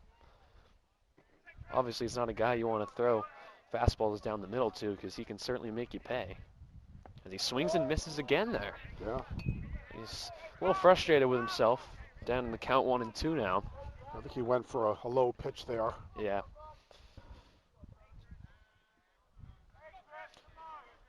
So 1 ball, 2 strikes.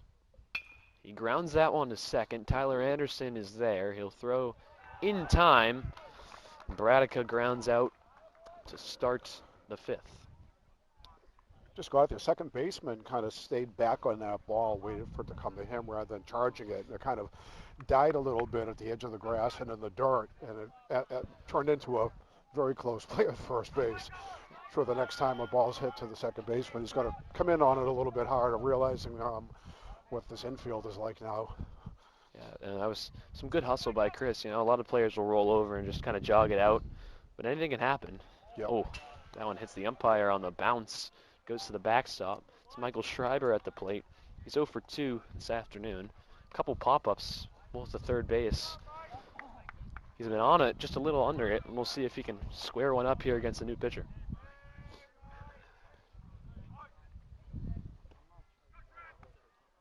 Here comes the 1-0.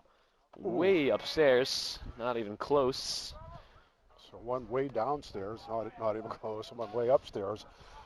Seems like the mound is starting to develop a big divot there where the pitcher steps. Yeah. That could affect, you know, the location of some pitches. It will. As that's That a strike. That had no effect. It didn't affect them there. No. So 2 balls and a strike to Schreiber. And another one way Wow. upstairs. I don't know if they have any extra dirt to go pad the mound with, but Yeah. This could be a 50-year-old mound that's out there. yeah, right? I don't know how long this field's been here for, but and it's ball down. 4. So a 1-out walk. Schreiber will take his base. Now Ian McCoyne will dig in. He's 0 for 1. He's walked and struck out. We'll see if the Ashland tries to push the pace and maybe try to steal a base here. They haven't attempted to do that so far. They haven't had any stolen bases on the year through their first game as well, so no caught stealing, so haven't attempted one yet. As Trevor Smith looks back with a throw.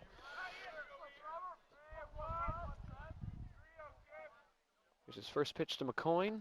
It's upstairs. Smith has only thrown 19 pitches.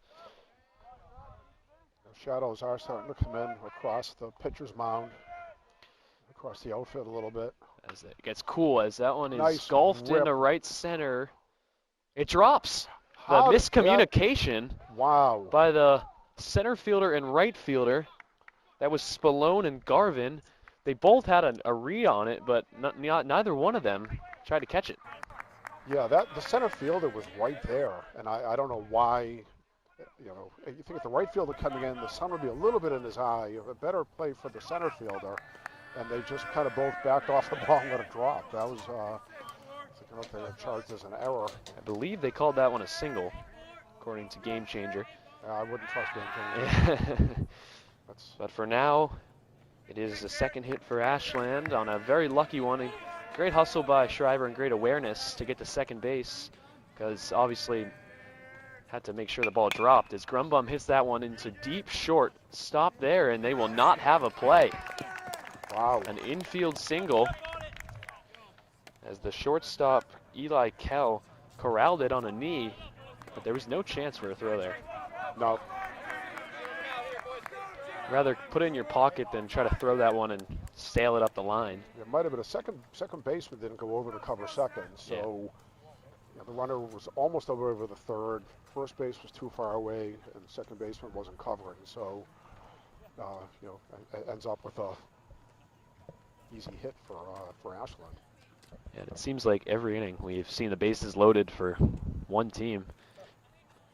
And with 1 out here, it's Jake LeMay. They're going to have a meeting on the mound here to try to get Trevor Smith in the right headspace. Yeah, probably talk to the infielders too about where to go with the waking up a little bit and making these plays, coming in on the ball, playing like you mean it. And it doesn't look like they're going to pull the corners in, so regular depth for the infield. We'll see if LeMay can come through. He walked his first time. He'll take a strike. High strike there. This is a big opportunity, only second plate appearance of the season. Yeah, bases loaded with only 1 out. And he swings and misses, and it's quickly 0-2. That was a good pitch. He went upstairs for the first pitch and then came down to the lower part of the plate for the second pitch. Now you got to be a 2-strike hitter here. Try to protect that plate. 1 out. Just got to put the ball in play here. Try to cut the lead in half. Just make contact. 0-2. Swing and a miss. 3 straight strikes. And Trevor Smith has his first strikeout of the afternoon. Yeah, tough for LeMay to be, to put in as coaches like to do that for some reason on this team. They throw kids in as pinch hitters later in the game when they haven't been in the field, haven't been warming up, haven't been doing anything, and it's just kind of unfair to the players to go in like that. And DHing as well, so he's sitting on the bench the whole game, besides when he comes to the plate. So it can be tough, especially in this weather. Right. But here's Grady Clark. He's 1 for 2. Had that single off the leg. He was the first batter to face Trevor Smith. He'll take a strike. Well, like a high outside corner. That almost just hit there. Yeah. What a pitch. Seems like the locations have been better for Trevor Smith than we saw from just painting the Hosmer. corners there. That one outside. Yeah. Right. Don't give him too much credit. Yeah, he decided to try the same thing again, but came a little bit out high with that one. So ball and a strike, bases loaded, 2 outs for the freshman Clark. He grounds that one to second. Dickerson will charge it, and he gets the out.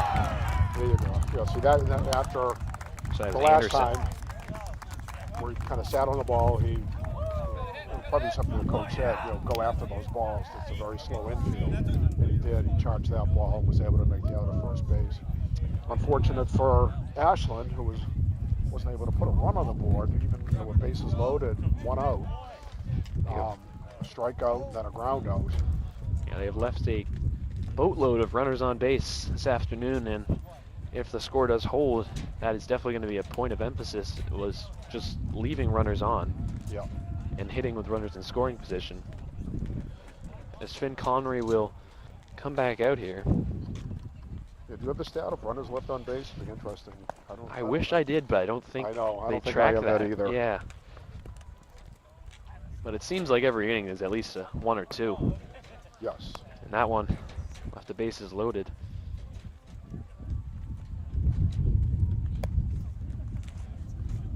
No defensive changes here for Ashland. Finn Connery will get his second look. He's going to face the captain, Jackson DeGuay. He's 1 for 2. He's walked and scored.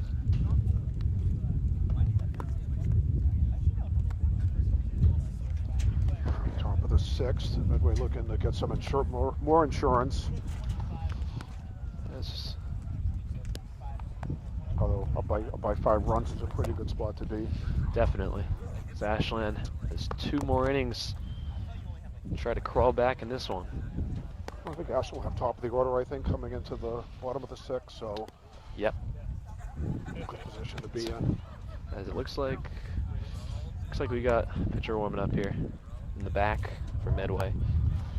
Yeah, the middle school field has no bullpen, nowhere to warm up except for right in the middle of the crowd.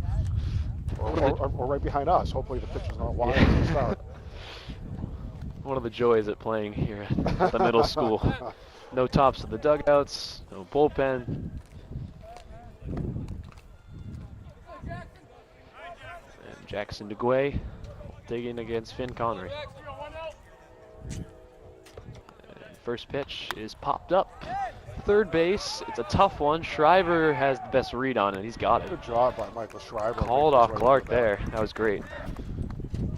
Clark was in a back pedal there. That's definitely not the right positioning to catch that ball. So good job by Shriver.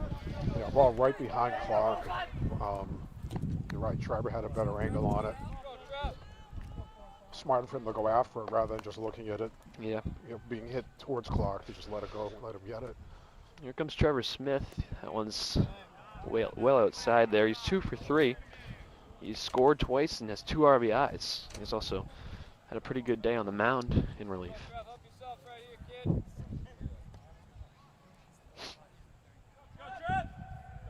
It's a 1-0 count. That one is into right field, but right at Ian McCoyne. 2 away. Ian didn't even have to move. Perfectly positioned. He is, although he's in a very tough spot with the sun in this. The sun is in. The only part right there, yeah. Yeah, well, Chris Braddock, you can see him shielding his eyes, and the same thing with Ian out there. But a quick couple of outs here for Medway. They scored in the first 4 innings. They had a scoreless 5th and a chance for a scoreless 6th here. As Connery looks for their second scoreless. It's Michael Connor. He's 1 for 3. He had a double in the left field. Brought home a run. One of those ones that Grumbum was oh so close to making a play on. Yeah. That's outside. 2-0.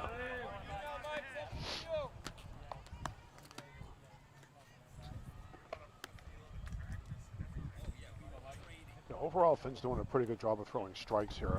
Letting the batters put the ball in play, letting the fielders take care of it, make plays on the ball, rather than walking folks.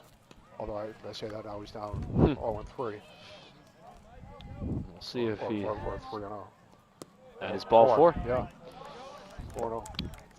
So Connery will issue the walk there. It's his second, or actually no, sorry, first walk. First walk? First walk. Yeah. I was going to say, I feel like everybody else has put the ball in play. There's been 11 total walks between the two teams. So a lot of base on balls as Evan Bossy digs in and takes outside. He's 1 for 3 as a RBI. Also scored. Ben has thrown 5 balls in a row. Let's see if he can get it back into the strike zone here. Yeah, a quick couple of outs as he'll check on the runner at first base as Connor gets back in there. Actually a good idea, even if he's not checking the runner, to kind of, you know, break his momentum a little bit. You know, yeah. Throw the ball over a couple of times, get himself back comfortable, and then go to the bunt. That one is popped up, shallow, and collision there, and it drops. Bradica and Connery, looks like they're okay. It looks like, wow. Yeah, but there was no communication between the pitcher and first baseman. Usually that is the first baseman's ball. Yeah, usually you don't want your pitcher exposing himself like that. Although, you know, in high school we don't have specialized pitchers. And, yeah. You know, things like that we do in the major leagues. They're all fielders, right? Right. Everybody's a fielder. But it did look like Finn had a better beat on the ball. Yeah. I'm just happy nobody got hurt there. Yeah, I'm glad they got up fairly quickly there. But always got to hold your breath on those plays where it's up for grabs. So it did go down as a hit there. So Bossy's 2 for 4.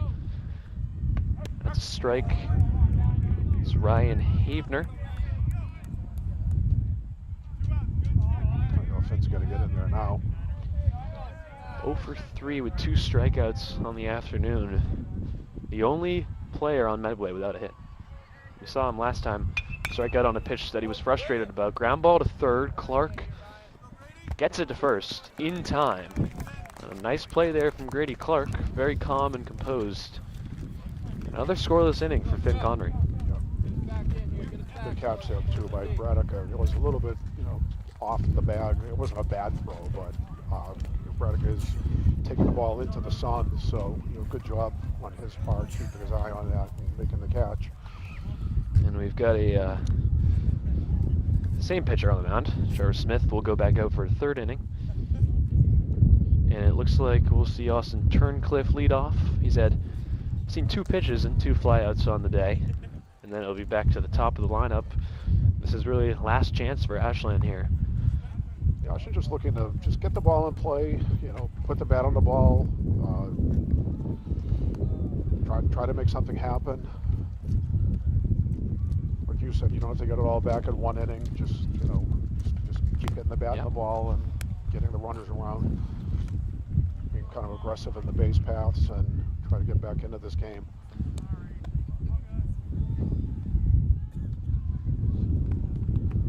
Now the shadows are fully across the pitcher's mound. Yep. Hopefully that could benefit some of these Ashland hitters here with no sun in the way of the ball. It's only 3 hits on the day. And I believe they're all infield hits. Actually, that 1 outfield hit, that the miscommunication, in the outfield. But we had a Jared Grumbum infield single and a Grady Clark infield single. Right. Cold day, ball doesn't fly as much, but we'll see. The wind's picking up a little bit too, so we'll see what direction the wind's going in. Maybe that'll help the balls fly. Austin Turncliffe could benefit of a wind-carried ball. He's had 2 great swings, but nothing to show for yet. Yep. But, you know, at this part of the season, you want to make contact, you know, get that ball in play. Yep. Did have a RBI. It was a sac fly his last time up. One of the 3 runs Ashland has put across. So Turncliffe, Connery, and LaRoe are the 3 scheduled to hit. Hopefully more. Hopefully they can get some runners on. Right. Sun on a tough spot for the left fielder and right fielder. As Turncliffe ropes it, and it's caught at third base by Michael Connor as he throws the ball into right field. What a catch. Austin Turncliffe has seen 3 pitches, and he's roped all 3, and they've all been outs. He's making amazing contact with the ball. And as a coach, that's just got to be something you see, and you're like, from my 9-hole hitter, it's been a great afternoon. Yeah, contact percent is a very important stat, you know, especially when you have hard hit balls and, you know, line drives and things like that. It's just unfortunate the location of them hasn't been ideal, but that'll change. Yeah, I mean, you can't just look at a box score and see, you know, an 0 for 2 day with the RBI because, you know, on a different day, you know, warm day, balls are flying, could have a couple extra base hits. That one looked like, if it wasn't for the height at third base there, it looked like it was going to go to left field. It would, or even if it was just a couple of feet to the left or right. Yeah. It would have been a double. I'd have to say that looks like the hardest hit Ashland ball here today. It was. Might be both teams. So Connery takes 4 straight for ball 4. So Connery's walked for the 2nd time. And now Ollie LaRoe will bat with an out and a runner aboard. Ollie's 0 for 2. He was hit by a pitch and scored. It's Trevor Smith. He's thrown 33 pitches through 2 1/3. So pretty good on the pitch count. That's a strike, a little bit outside. Been taking a healthy lead off on first base. And we'll see if they try to get aggressive here, and we'll see. Doesn't look like as that they will throw over there. Yeah, she's coming off just a little bit too much to make Medway comfortable. Want to try to keep them honest over there. And Ashland, a team that doesn't have killer speed anywhere, but you know, all of them can steal bags, but there's no one there who's gonna, you know, you're gonna have to watch for on the bases. There he goes. Now he's on fire again. That's all. He ropes it, but he was way early. Way out in front of that ball. Into the woods down the left field line.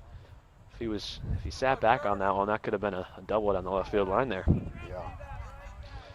He's down 0-2 in the count now. 1 out. Bottom of the 6th. 8-3 Medway. And a foul tip held on to. Wow. Unbelievable job for Bossy behind the plate. hold on Oh, to wait, that. is that not strike 3? No, I don't know what happened there. I have. Is that not a foul tip? Game Changer had a strike 3 for a second there, too. It Yeah. seemed like that was strike 3, but. I think it was strike 3, and it should be an out. Yeah, but somehow the umpire. unless we're seeing something and the catcher didn't catch that, maybe he caught it off the dirt, but it looked like he made the catch as Ollie takes the ball, close one there.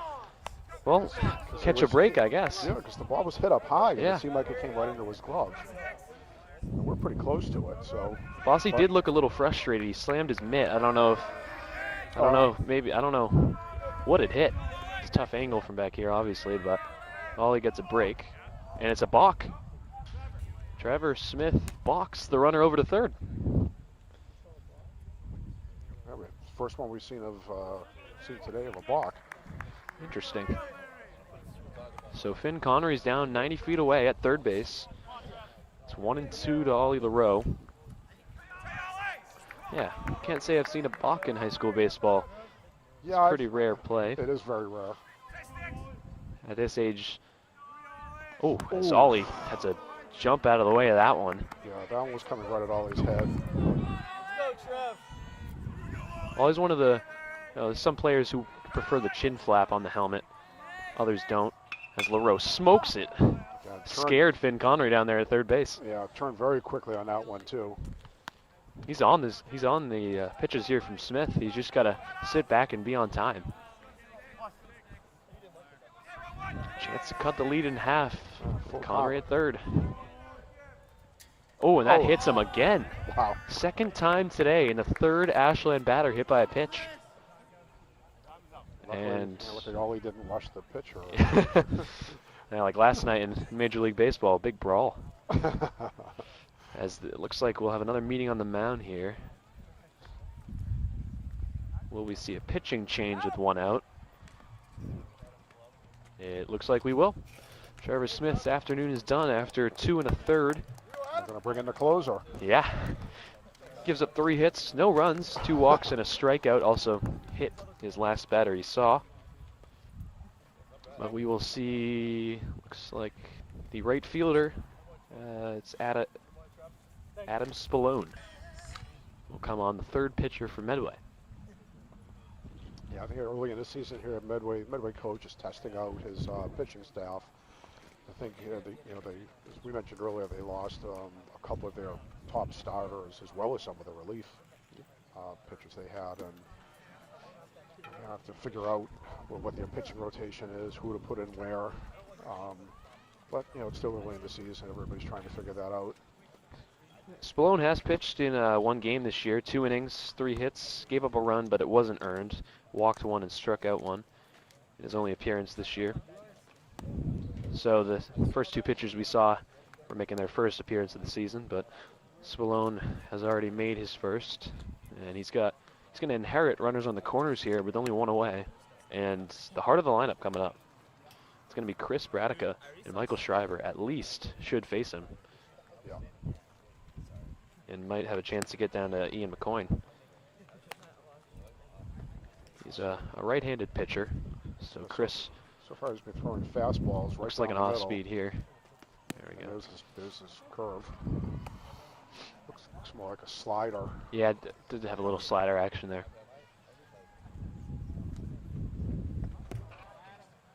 Good motion on that ball.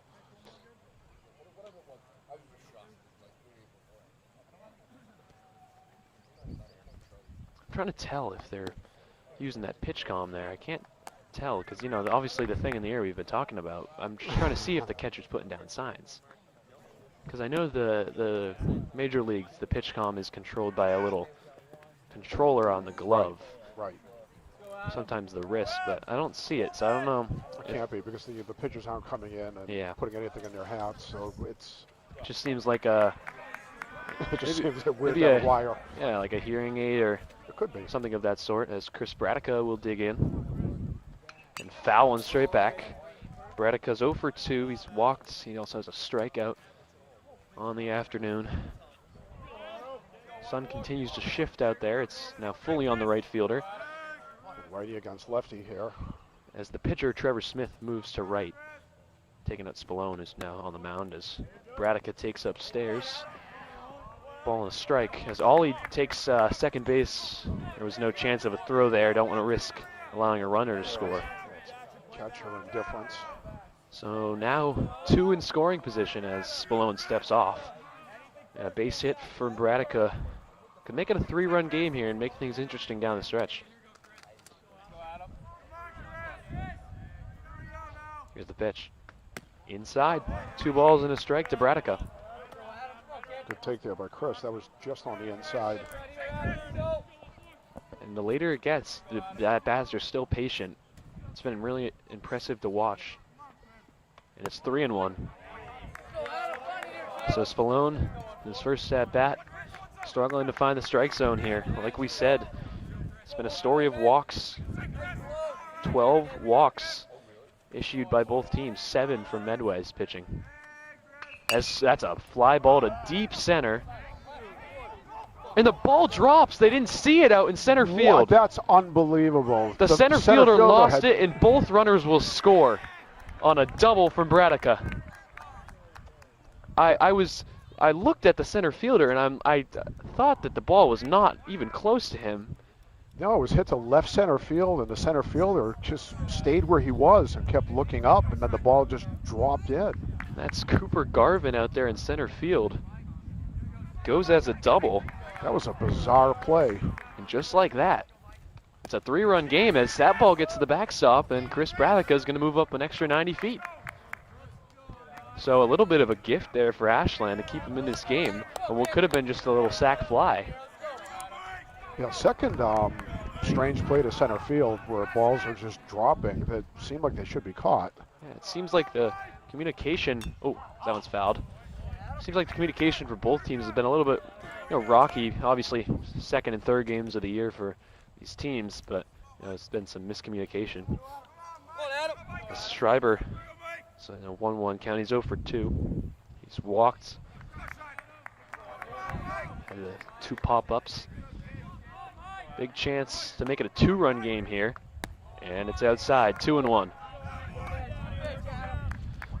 So it's all of a sudden starting to flip into a really close game here. Yeah, one swing of the bat and one, I don't know if you call that an error or.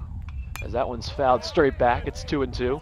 I mean, that's the thing with high school baseball is how quick the game can change, And Major League Baseball, 8-3 game, probably over. 8-3 game in high school. Well, interesting on what seems like a routine kind of play just turns into a. As he pops it up into center. Bradico will not go. The shortstop, Eli Kell, makes the catch. Yeah, that was short, so it was more like right behind second base, not quite made it out to center field. Yeah, not deep enough. Good play there by the second baseman to get himself over and make that catch. So now 2 away. This is a big at-bat here for Ian McCoy. He's 1 for 2. He's walked, struck out as well. Takes upstairs. It's a big runner sitting at third base right there. The difference between a 3-run game and a 2-run game entering the 7th inning. Ian's a lefty, and he's going to be hitting the ball out into right field, which is kind of facing the sun. So if you can get the ball out to the right field, there's a good chance. Right fielder may not even make a play on the ball just because of visibility. And he hit it there last time, and there was the miscommunication that let that ball drop. 3 balls and no strikes. Jared Grumbum waits on deck. This pitcher is just missing. I mean, these balls look like they're right in there. And it's just high or just outside. And that's ball 4. So he walks his first man of the inning. Yes, he's thrown 14 pitches and only 5 strikes. So now here comes Jared Grumbum in a very big clutch situation. He is the tying runner. The pitcher's a little frustrated, just not getting some of these pitch calls that he thinks are strikes. Grumbum's 1 for 2. He's walked and scored. Has a base hit. That's a strike. Backed him off the plate. The runner is going to go, and the indifference will allow Ian McCoy to advance 90 feet. So Jared is the tying run at the plate. Base hit. Ian McCoy does have speed. I've seen it. He's a fast kid, so base hit can make it a 1-run game. It was a nice breaking ball, but it broke from inside to outside, and Jared didn't chase. Very smart to sit on that ball and not go for it. Yeah, it seems like there's been no chase at all from Ashland. 1-1, and that nearly hit him. Some of the Ashland players wanted him to wear that one. Probably wouldn't have felt very comfortable in this weather. Seems like the girls on the lacrosse turf have the sun still. Unfortunately, not over here. 2-1. And it's 3 balls and 1 strike. Just high. And if you look on deck, that is Mark Mermelstein, the captain, who has not batted yet this season. One of the best hitters, I'd say, behind Chris in this lineup. As Jared grounds that one, third base. Oh, it's errored there. Oh, and Jared's down. Oh, what happened to him? He slipped as he ran out of the box. Oh, jeez. I didn't even have a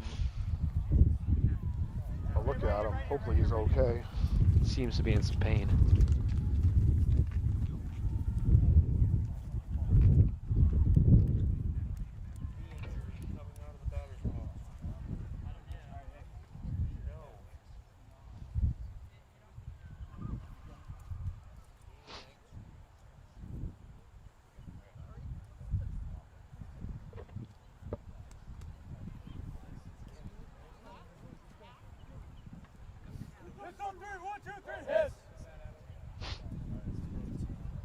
Take a short break here while the trainer goes out and takes a look at Jared Grumbum, who slipped as he was running to first base.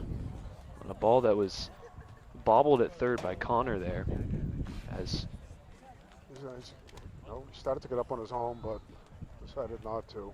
and it looks like, I'm not going to want to speculate here, but in football that's often what a cramp can do to you in the leg. It is, but you would think the trainer would be out there. That's it. Yeah. And it looks like Coach McKay and Ollie will help him up. It looks like, yeah, limping quite a bit there. Yeah, Jared gets a round of applause. Everybody, happy that he's okay and get up and get off the field on his own.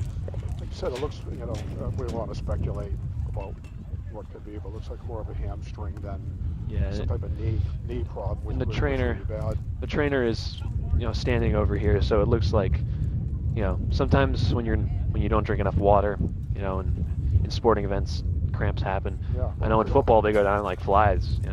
For a cold. Yeah. You're in this cold weather. And those calf cramps are awful. I mean, they kill.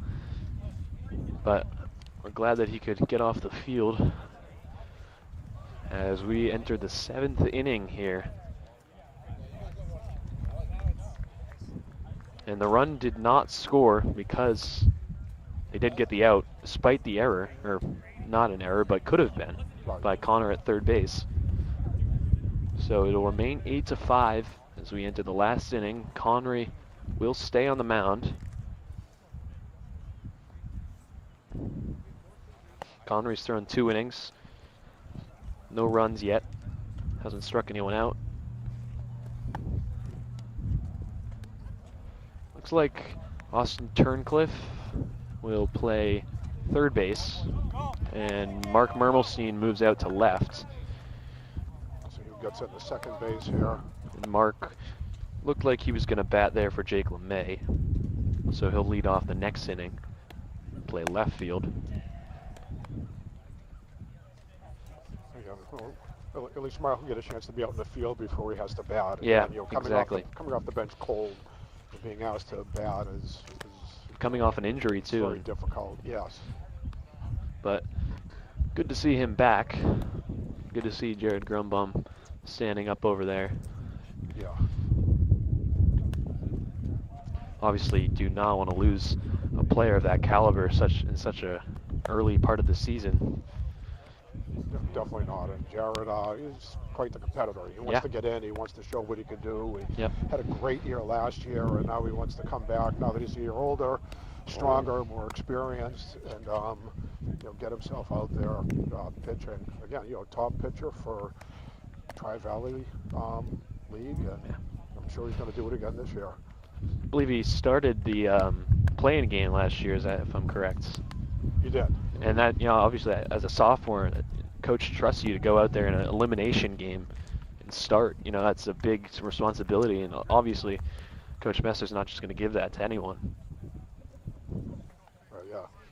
I think coaches were looking towards the second game instead of looking at the first game. That was a thriller, huh? 12 innings last year.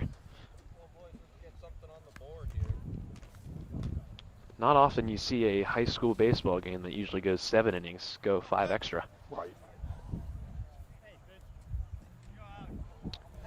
All right, kicking off the 7th inning here. It's going to be Bossy. It's going to be Alex Bossy. 8-9, 1 due-up. He's 2 for 2. He's also walked and scored, so he's had a really good afternoon. Medway bench is now all up. As they approach. Oh, that one hit him. Another hit by pitch. That one looked off his side there. You could hear it back here. Is that 3 or 4 hit by pitches this game so far? Look, way more than we usually see. Seems like we've had 4th hit by pitch of the game. Ollie's been hit by 2. Cordy Montross was hit by 1, and Alex Bossy now here for Medway. And they're going to the bottom of the lineup. It's Cooper Garvin. He was actually the out in center field on that double by Bradica that no one saw. And it wasn't exactly a skyscraping into the sun, but yeah, I don't know what's going on out there. Maybe some vortex. Yeah. As that one snaps outside for ball one. Garvin's 1 for 2. He has an RBI single. Scored a run as well. He had a sac fly. Medway bench pretty vocal for the first time all game. Yeah, they've been quiet. That's just outside, 2-0. They're kind of feeling, you know, a 3-run lead going into the final inning. They're a little bit excited. So, you know, they lost. They won their first game. They lost their second game. So, looking to come back with a win now. Yeah, they won their first game. That one's fouled away. They won their first game against Bellingham in extra innings. That one went, I believe, 8 innings. Yeah, they won 7-6 against Bellingham at home, and then lost versus Westwood 8-4. That was on Monday, so Ashland's been off since March 30th, over a week. And Medway's playing their second game this week. Ashland will have a lot of games coming up. Definitely an important part of the season to get out on the right track to avoid having to play catch-up later in the year, especially in a Tri-Valley League that's often competitive in every sport. A bunt strike. Playing small ball. Yeah, that ball gets underneath the batter trying to bunt the ball. I think it just nipped it too. Yeah. It's called a strike. Most likely he's not going to bunt here with 2 strikes. No. So 2 balls and 2 strikes to Cooper Garvin at the bottom of the lineup. That one hits the umpire, and Pasalaco won't have a throw. Down to second base goes Bossy. Yeah, umpire blocked the ball for Pasalaco. But unfortunately, still no chance at a throw. We haven't seen Pasalaco have a chance to attempt to take a runner out, so that's a bit of a wild pitch there. Full count. Still full count, runner on second. And that's ball 4. So the first 2 will reach here in the 7th against Finn Connery. And it is a 3-run game, so you want to try to avoid letting Medway get some insurance.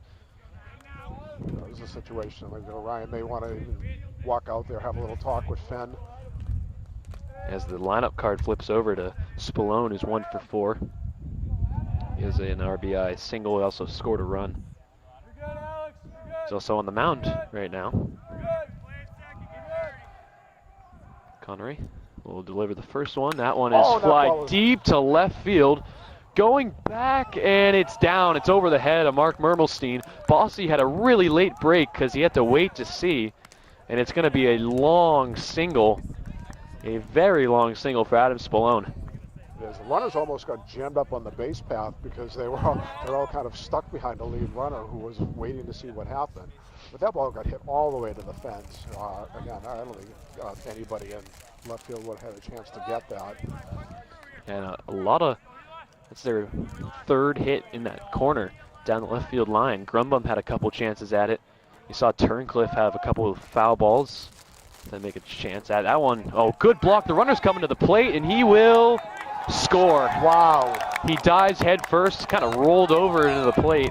It's a great dive. He actually went all the way to the outside of the line and just got his left hand in, to make that play at the plate. Pasalaco got to the ball very quickly. He came back to the came back to the runner, but the runner just took a beautiful slide and was able to get under the tag. That was a great read from Bossy at 3rd. I mean, I didn't think they had a chance because Pasalaco did a great job at swanning it back into play. He did. That one's outside. It's 2-0. And then Pasalaco applied the tag just a tad late. So it's 2nd and 3rd. The other runners move up 90 feet.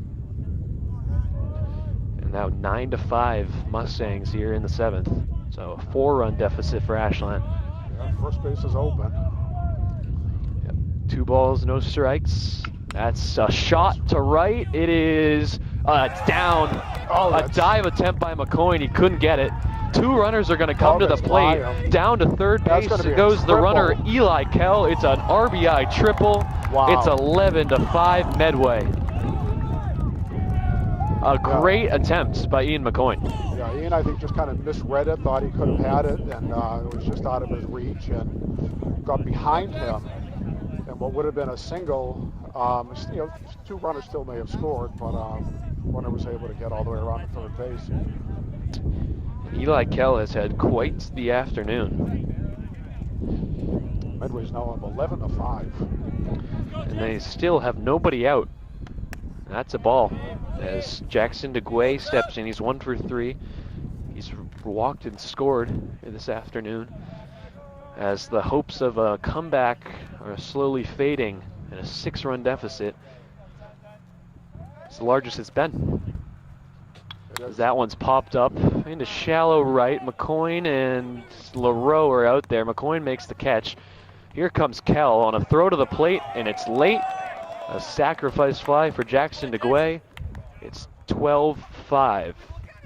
Yeah, Kell pretty much walked in on that. That ball was hit so deep that, you know, unless you really had a cannon of an arm, you weren't going to get the runner at home plate. It was And I a good believe throw. It was on target, but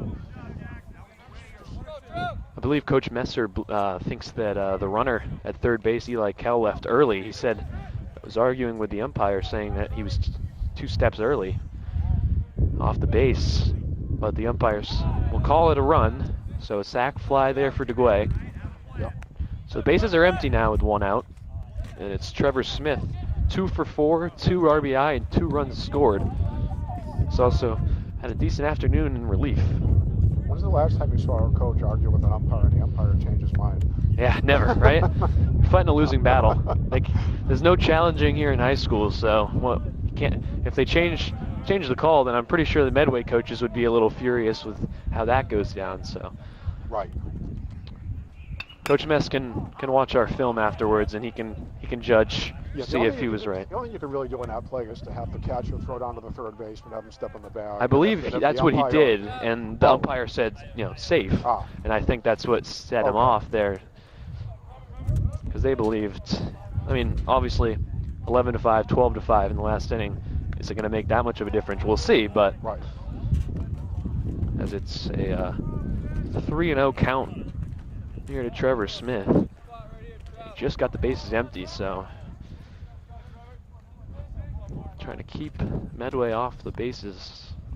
That one is fouled back onto the turf. 3-1. That was a nice pitch. Yeah, it was. Yeah, Finn Connery's fighting, you know, obviously, not obviously the game that Ashland was hoping for. You know, No. down 7 here, but it's good to get your pitches in. Connery's up to 47 pitches. Yes, and it's getting colder and more difficult. Oh, and another rope. As that one is smoked to left field, is going to be over the head of Mermelstein again. He got a late break on it. And Trevor Smith, what an afternoon. His 3rd hit of the day is a double in the 7th.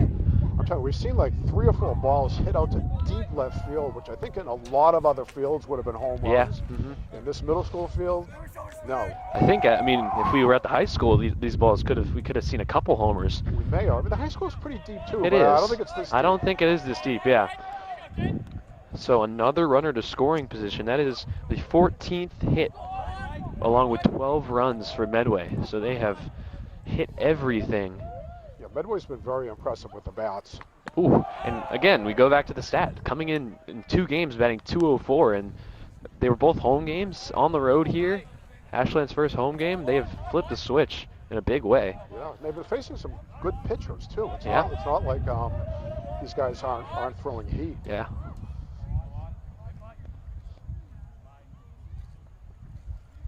That's a pitch strike. there. It's a ball and a strike here. It's Michael Connor at the plate. He's 1 for 3.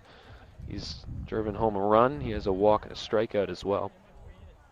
He had another one of those doubles down the left field line. Seems like everyone's getting one now. Seems like the thing to do. Yeah. Not a lot of balls out to right, and that one's a strike, a good off speed. That was a nice pitch. And now, for the first time in a while, ahead in the count here, 1-2. Just 1 out. As the third base coach for Medway, just trying to check how many outs there were there. Make sure they don't have another base running mistake like earlier. Yeah, smart. Smart if you're not 100% sure, Yeah. ask. Fortunately for them, the base running blunders have not really affected it. Up by 7 as Finn Connery's going to talk to Ryan Pasalacqua here. Maybe some miscommunication on some pitch calls. It's 1 and 2 to Michael Connor.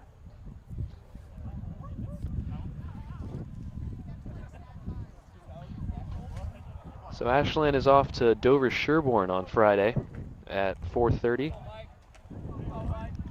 Dover Sherborne is 2-0 with wins 4-3 against Millis, 15-0 versus Holliston. Currently up 6-2 on Medfield, so looks like a tough squad to go on the road to face. Yeah. As Michael Connor strikes out there. Yeah, nice off-speed pitch there by Finn Connery. Batted way out ahead of it. Got the strikeout. That's the first strikeout of the season for Finn Connery. Good for him. And there's 2 away. As Bossy, that one's behind him. Wow. So Alex Bossy led off the inning, and Evan Bossy is up here with 2 away. He's 2 for 4, an RBI and a run scored. Couple singles on the afternoon, 1-0. That's a ground ball. It got by the pitcher, and the throw is in time.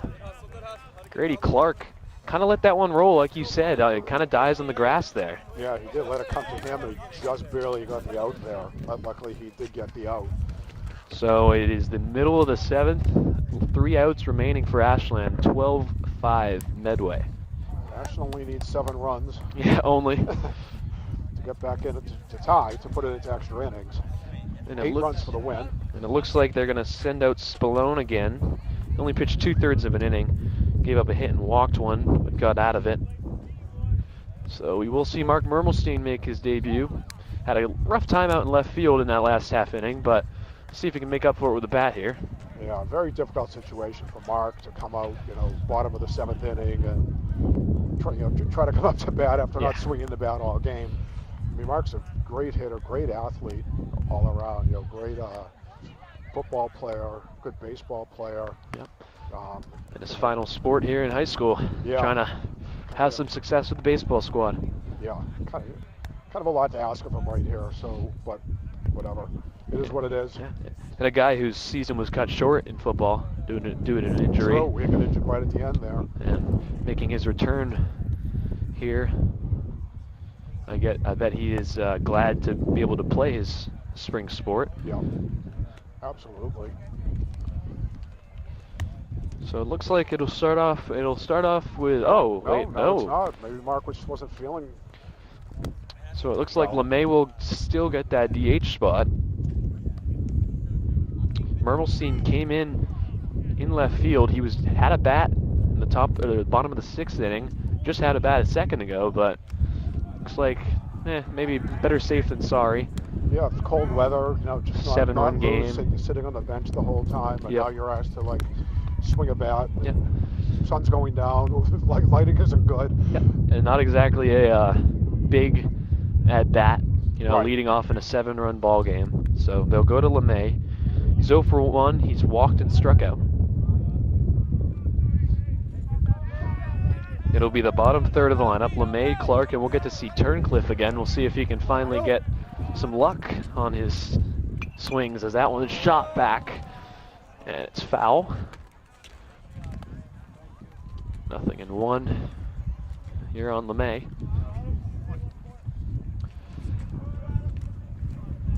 Spallone 0-1. That one grounded to third. Connor. Nice play there. On the run, made the throw look easy. Just made that look so easy. So easy. He's a big kid, so he's just got a cannon for an arm. Yep. He just a couple of little steps, rifles it over to first base. So And with a 7-run lead, I'm sure they said to Spillane, just throw the ball down the middle, Yep. let them hit the ball, let the fielders do what they're going to do, and let's get out of here with a win. And it seems like for both sides, that's the way they've been able to get the outs. Not a lot of strikeouts from either side. No. 4 strikeouts for Medway pitching, 4 strikeouts for Ashland pitching. And like we said, Chris struck out 7 in his first start of the year. So Yep. It's a ball and a strike here to Grady Clark. He's 1 for 3. Had the first hit as he fouls that one away. Had the first hit of the afternoon. So no hitter. Ashland scraped across 4 hits. That's the thing about high school. You can get 5 runs without a hit. Easily. 1-2. Another good fight-off swing there. These balls fouled off deep into the jungle. Almost looks like they're looking around for more balls. Yeah, it seems hard to find the balls up there. Yeah, deep into the woods with leaves all over the place. Tough to get in there. Although somebody's in there looking now, so. Looks like Kevin Judge, the MVP of the ball finding. The high school has that area down the right field line. That's, deep woods, yeah. Oh, just like down in a trench. It's steep, yeah, way down, way down. It's 2-2 to Clark. That's a pretty deep fly ball to Nice left, hit. but it is going right out to the left fielder, Havener. That is out number 2, and Ashland is down to their final out. Yeah, left fielder really had to move. That ball had a little bit of a slice on it, Yeah. so it was high. It's kind of slicing to the left. And you were able to get under it and make the out. Well, here comes Turncliffe. 0 for 2 with the sac fly. He's hit the ball hard all 3 times. He's only seen 3 pitches, as he'll take his first pitch for a ball. You know, there obviously are some positives to take away from this game. You know, not much on the defensive side. The pitching was a little bit rough, but the at-bats were strong. A lot of good takes, getting deep in the counts, you know, forcing a few pitchers to come out of that Medway bullpen. 2-0. That's a ground ball, and it'll be scooped. The throw to first is not in time. Not in time. Wow. So a little infield dribbler after the 3 hard hit balls by Turncliffe. That's the one that he gets a hit on. Yeah. Now that play, you know, looking at it from this angle, would have been first baseman going back to get that ball closer to him, pitcher running over to cover first base. But instead, the second baseman had to make a lot of distance to get over to the first base side and just couldn't get the ball in time. It's Connery. The lineup card flips over once again. Takes the ball. He's 0 for 2. He's walked twice and scored twice. And, Great job by Austin in running that out with full speed and making it down that first baseline. You know, again, down to the last out, but he's still hustling. Yeah. And that one gets to the backstop. It hit the foot of the umpire. As Turncliffe will get to second, as the umpire will shake it off. A wild pitch there. So runner into scoring position for Ashland. That's got to hurt. Your toes are pretty cold out here. Yeah. I'm pretty sure they have steel toe toes, shoes. yeah. But still, you know, you get a hard ball out, Yeah. even off a steel toe, you're going to feel it. Back to the Austin hustle play. I mean, you just got to think in his mind that he was determined to beat that out after the day he's had when he's, you know, been just robbed several times on some great swings. Yeah. The ability to say that he went 1 for 3 with an RBI as Connery takes a strike from Spallone. 2 balls and 1 strike. If Finn was to get on, it'd be Ollie LaRose's turn in the lineup. 3-1. The Medway girls softball team is done with their game. They're kind of behind us, waiting Adoring a puppy there. waiting for the boys to get done, get on the bus, right, while they're playing with a puppy. And that is ball 4. Right. So back-to-back 2-out base runners for Ashland puts 2 runners on first and second, and Ollie LaRose will get another chance. He's 0 for 2. He's scored twice off of 2 hit-by pitches. It's been a magnet. Yeah, to get hit twice in one game, that's just lucky. Cordy was hit once against Hopkinton. He was hit once today. That one's upstairs. So Spallone struggling to find the strike zone here, and he only needs this last out. Obviously, it's going to take a lot for Ashland to score 7 runs with 1 out left. That one is shot. That is a fair ball. They're calling it into a the fair corner. ball. Wow, that's going to score. Turncliffe is going to score. Down to third goes Connery. The throw is cut off on a double from LaRose, and I don't know if he looked a little limpy over there. Maybe. That's just slid into second base. And Yeah. Well, it's going to be a double, so Ashland's going to cut the lead in half. It's 12-6. well, nothing else, it's good for all these stats. Yeah. That was a sharp grounder, just stayed fair down that third baseline, and it's going to get Chris Bradica another chance. That was like just barely. Yeah, down right over the line. bag. As Bradica gets a great off speed for strike one. Bradica had that little double that no one saw. Drove home 2. Yep. And a couple more ducks on the pond for him. Invisible ball that Yep. somehow dropped in there. And yeah, these at-bats just become like confidence builders. You know, to see the ball off the bat, get some good swings. Tough now, it's twilight, you know, so the visibility is not quite as good. Yep. It's a 2-ball, 1-strike count as that off speed was very low. Give credit here to Ashland. You know, they won't go down. They're coming out swinging. They're fighting. They want this game. They want to get it in. They're not saying, you know. As Bradica smokes it to right, that is back and it is dropping. That's going to be It's down. That's gonna be a triple.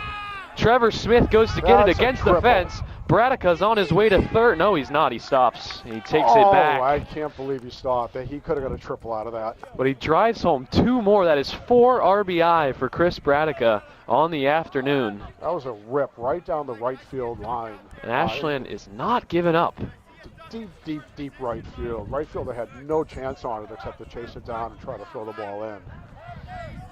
Yeah, that's the best swing we've seen from Ashland here today. That one's well upstairs to Schreiber, who's 0 for 3 with a walk. So it's a 4-run game now. Ashland has scored 3 runs in the inning. Yeah, they needed 7. They got 3 of them so far and runner in scoring position. You know, 12-8 looks a little more respectable than a 12-5 loss. There's Schreiber, pops it up into center. It's caught. What a play by Eli Kell.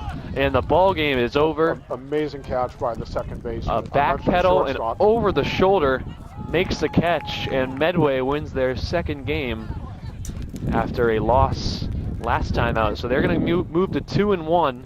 So Ashland is now 1-1. 1-1 on the season. 12-8 final score. A lot of pitching blunders, a lot of walks, hit by pitches.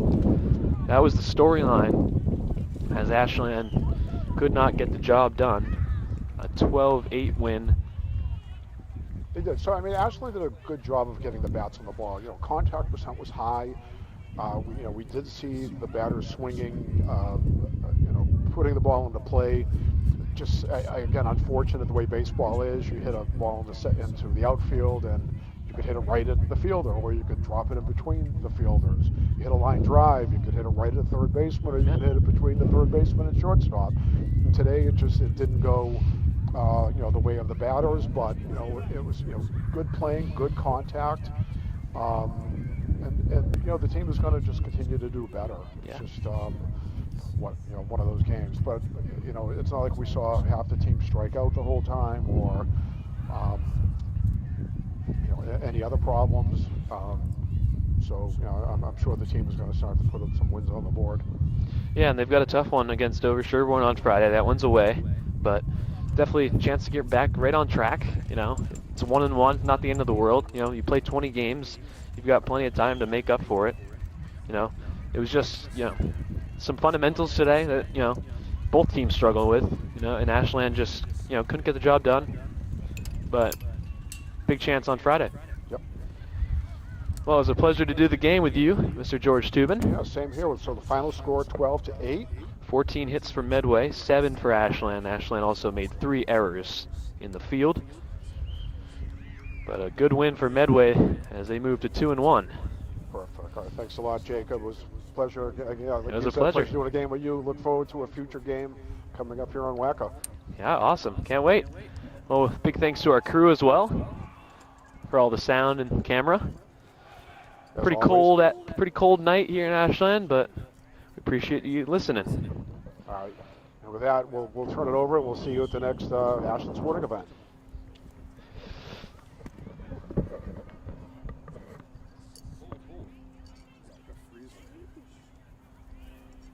Just got to the point where I heard the woman say, my daughter said, Oh, really? I didn't even hear that. Huh?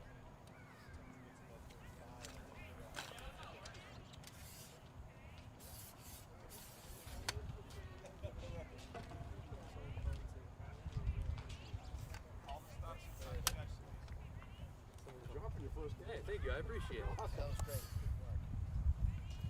Thank you. How do you think of those wireless headsets? Nice.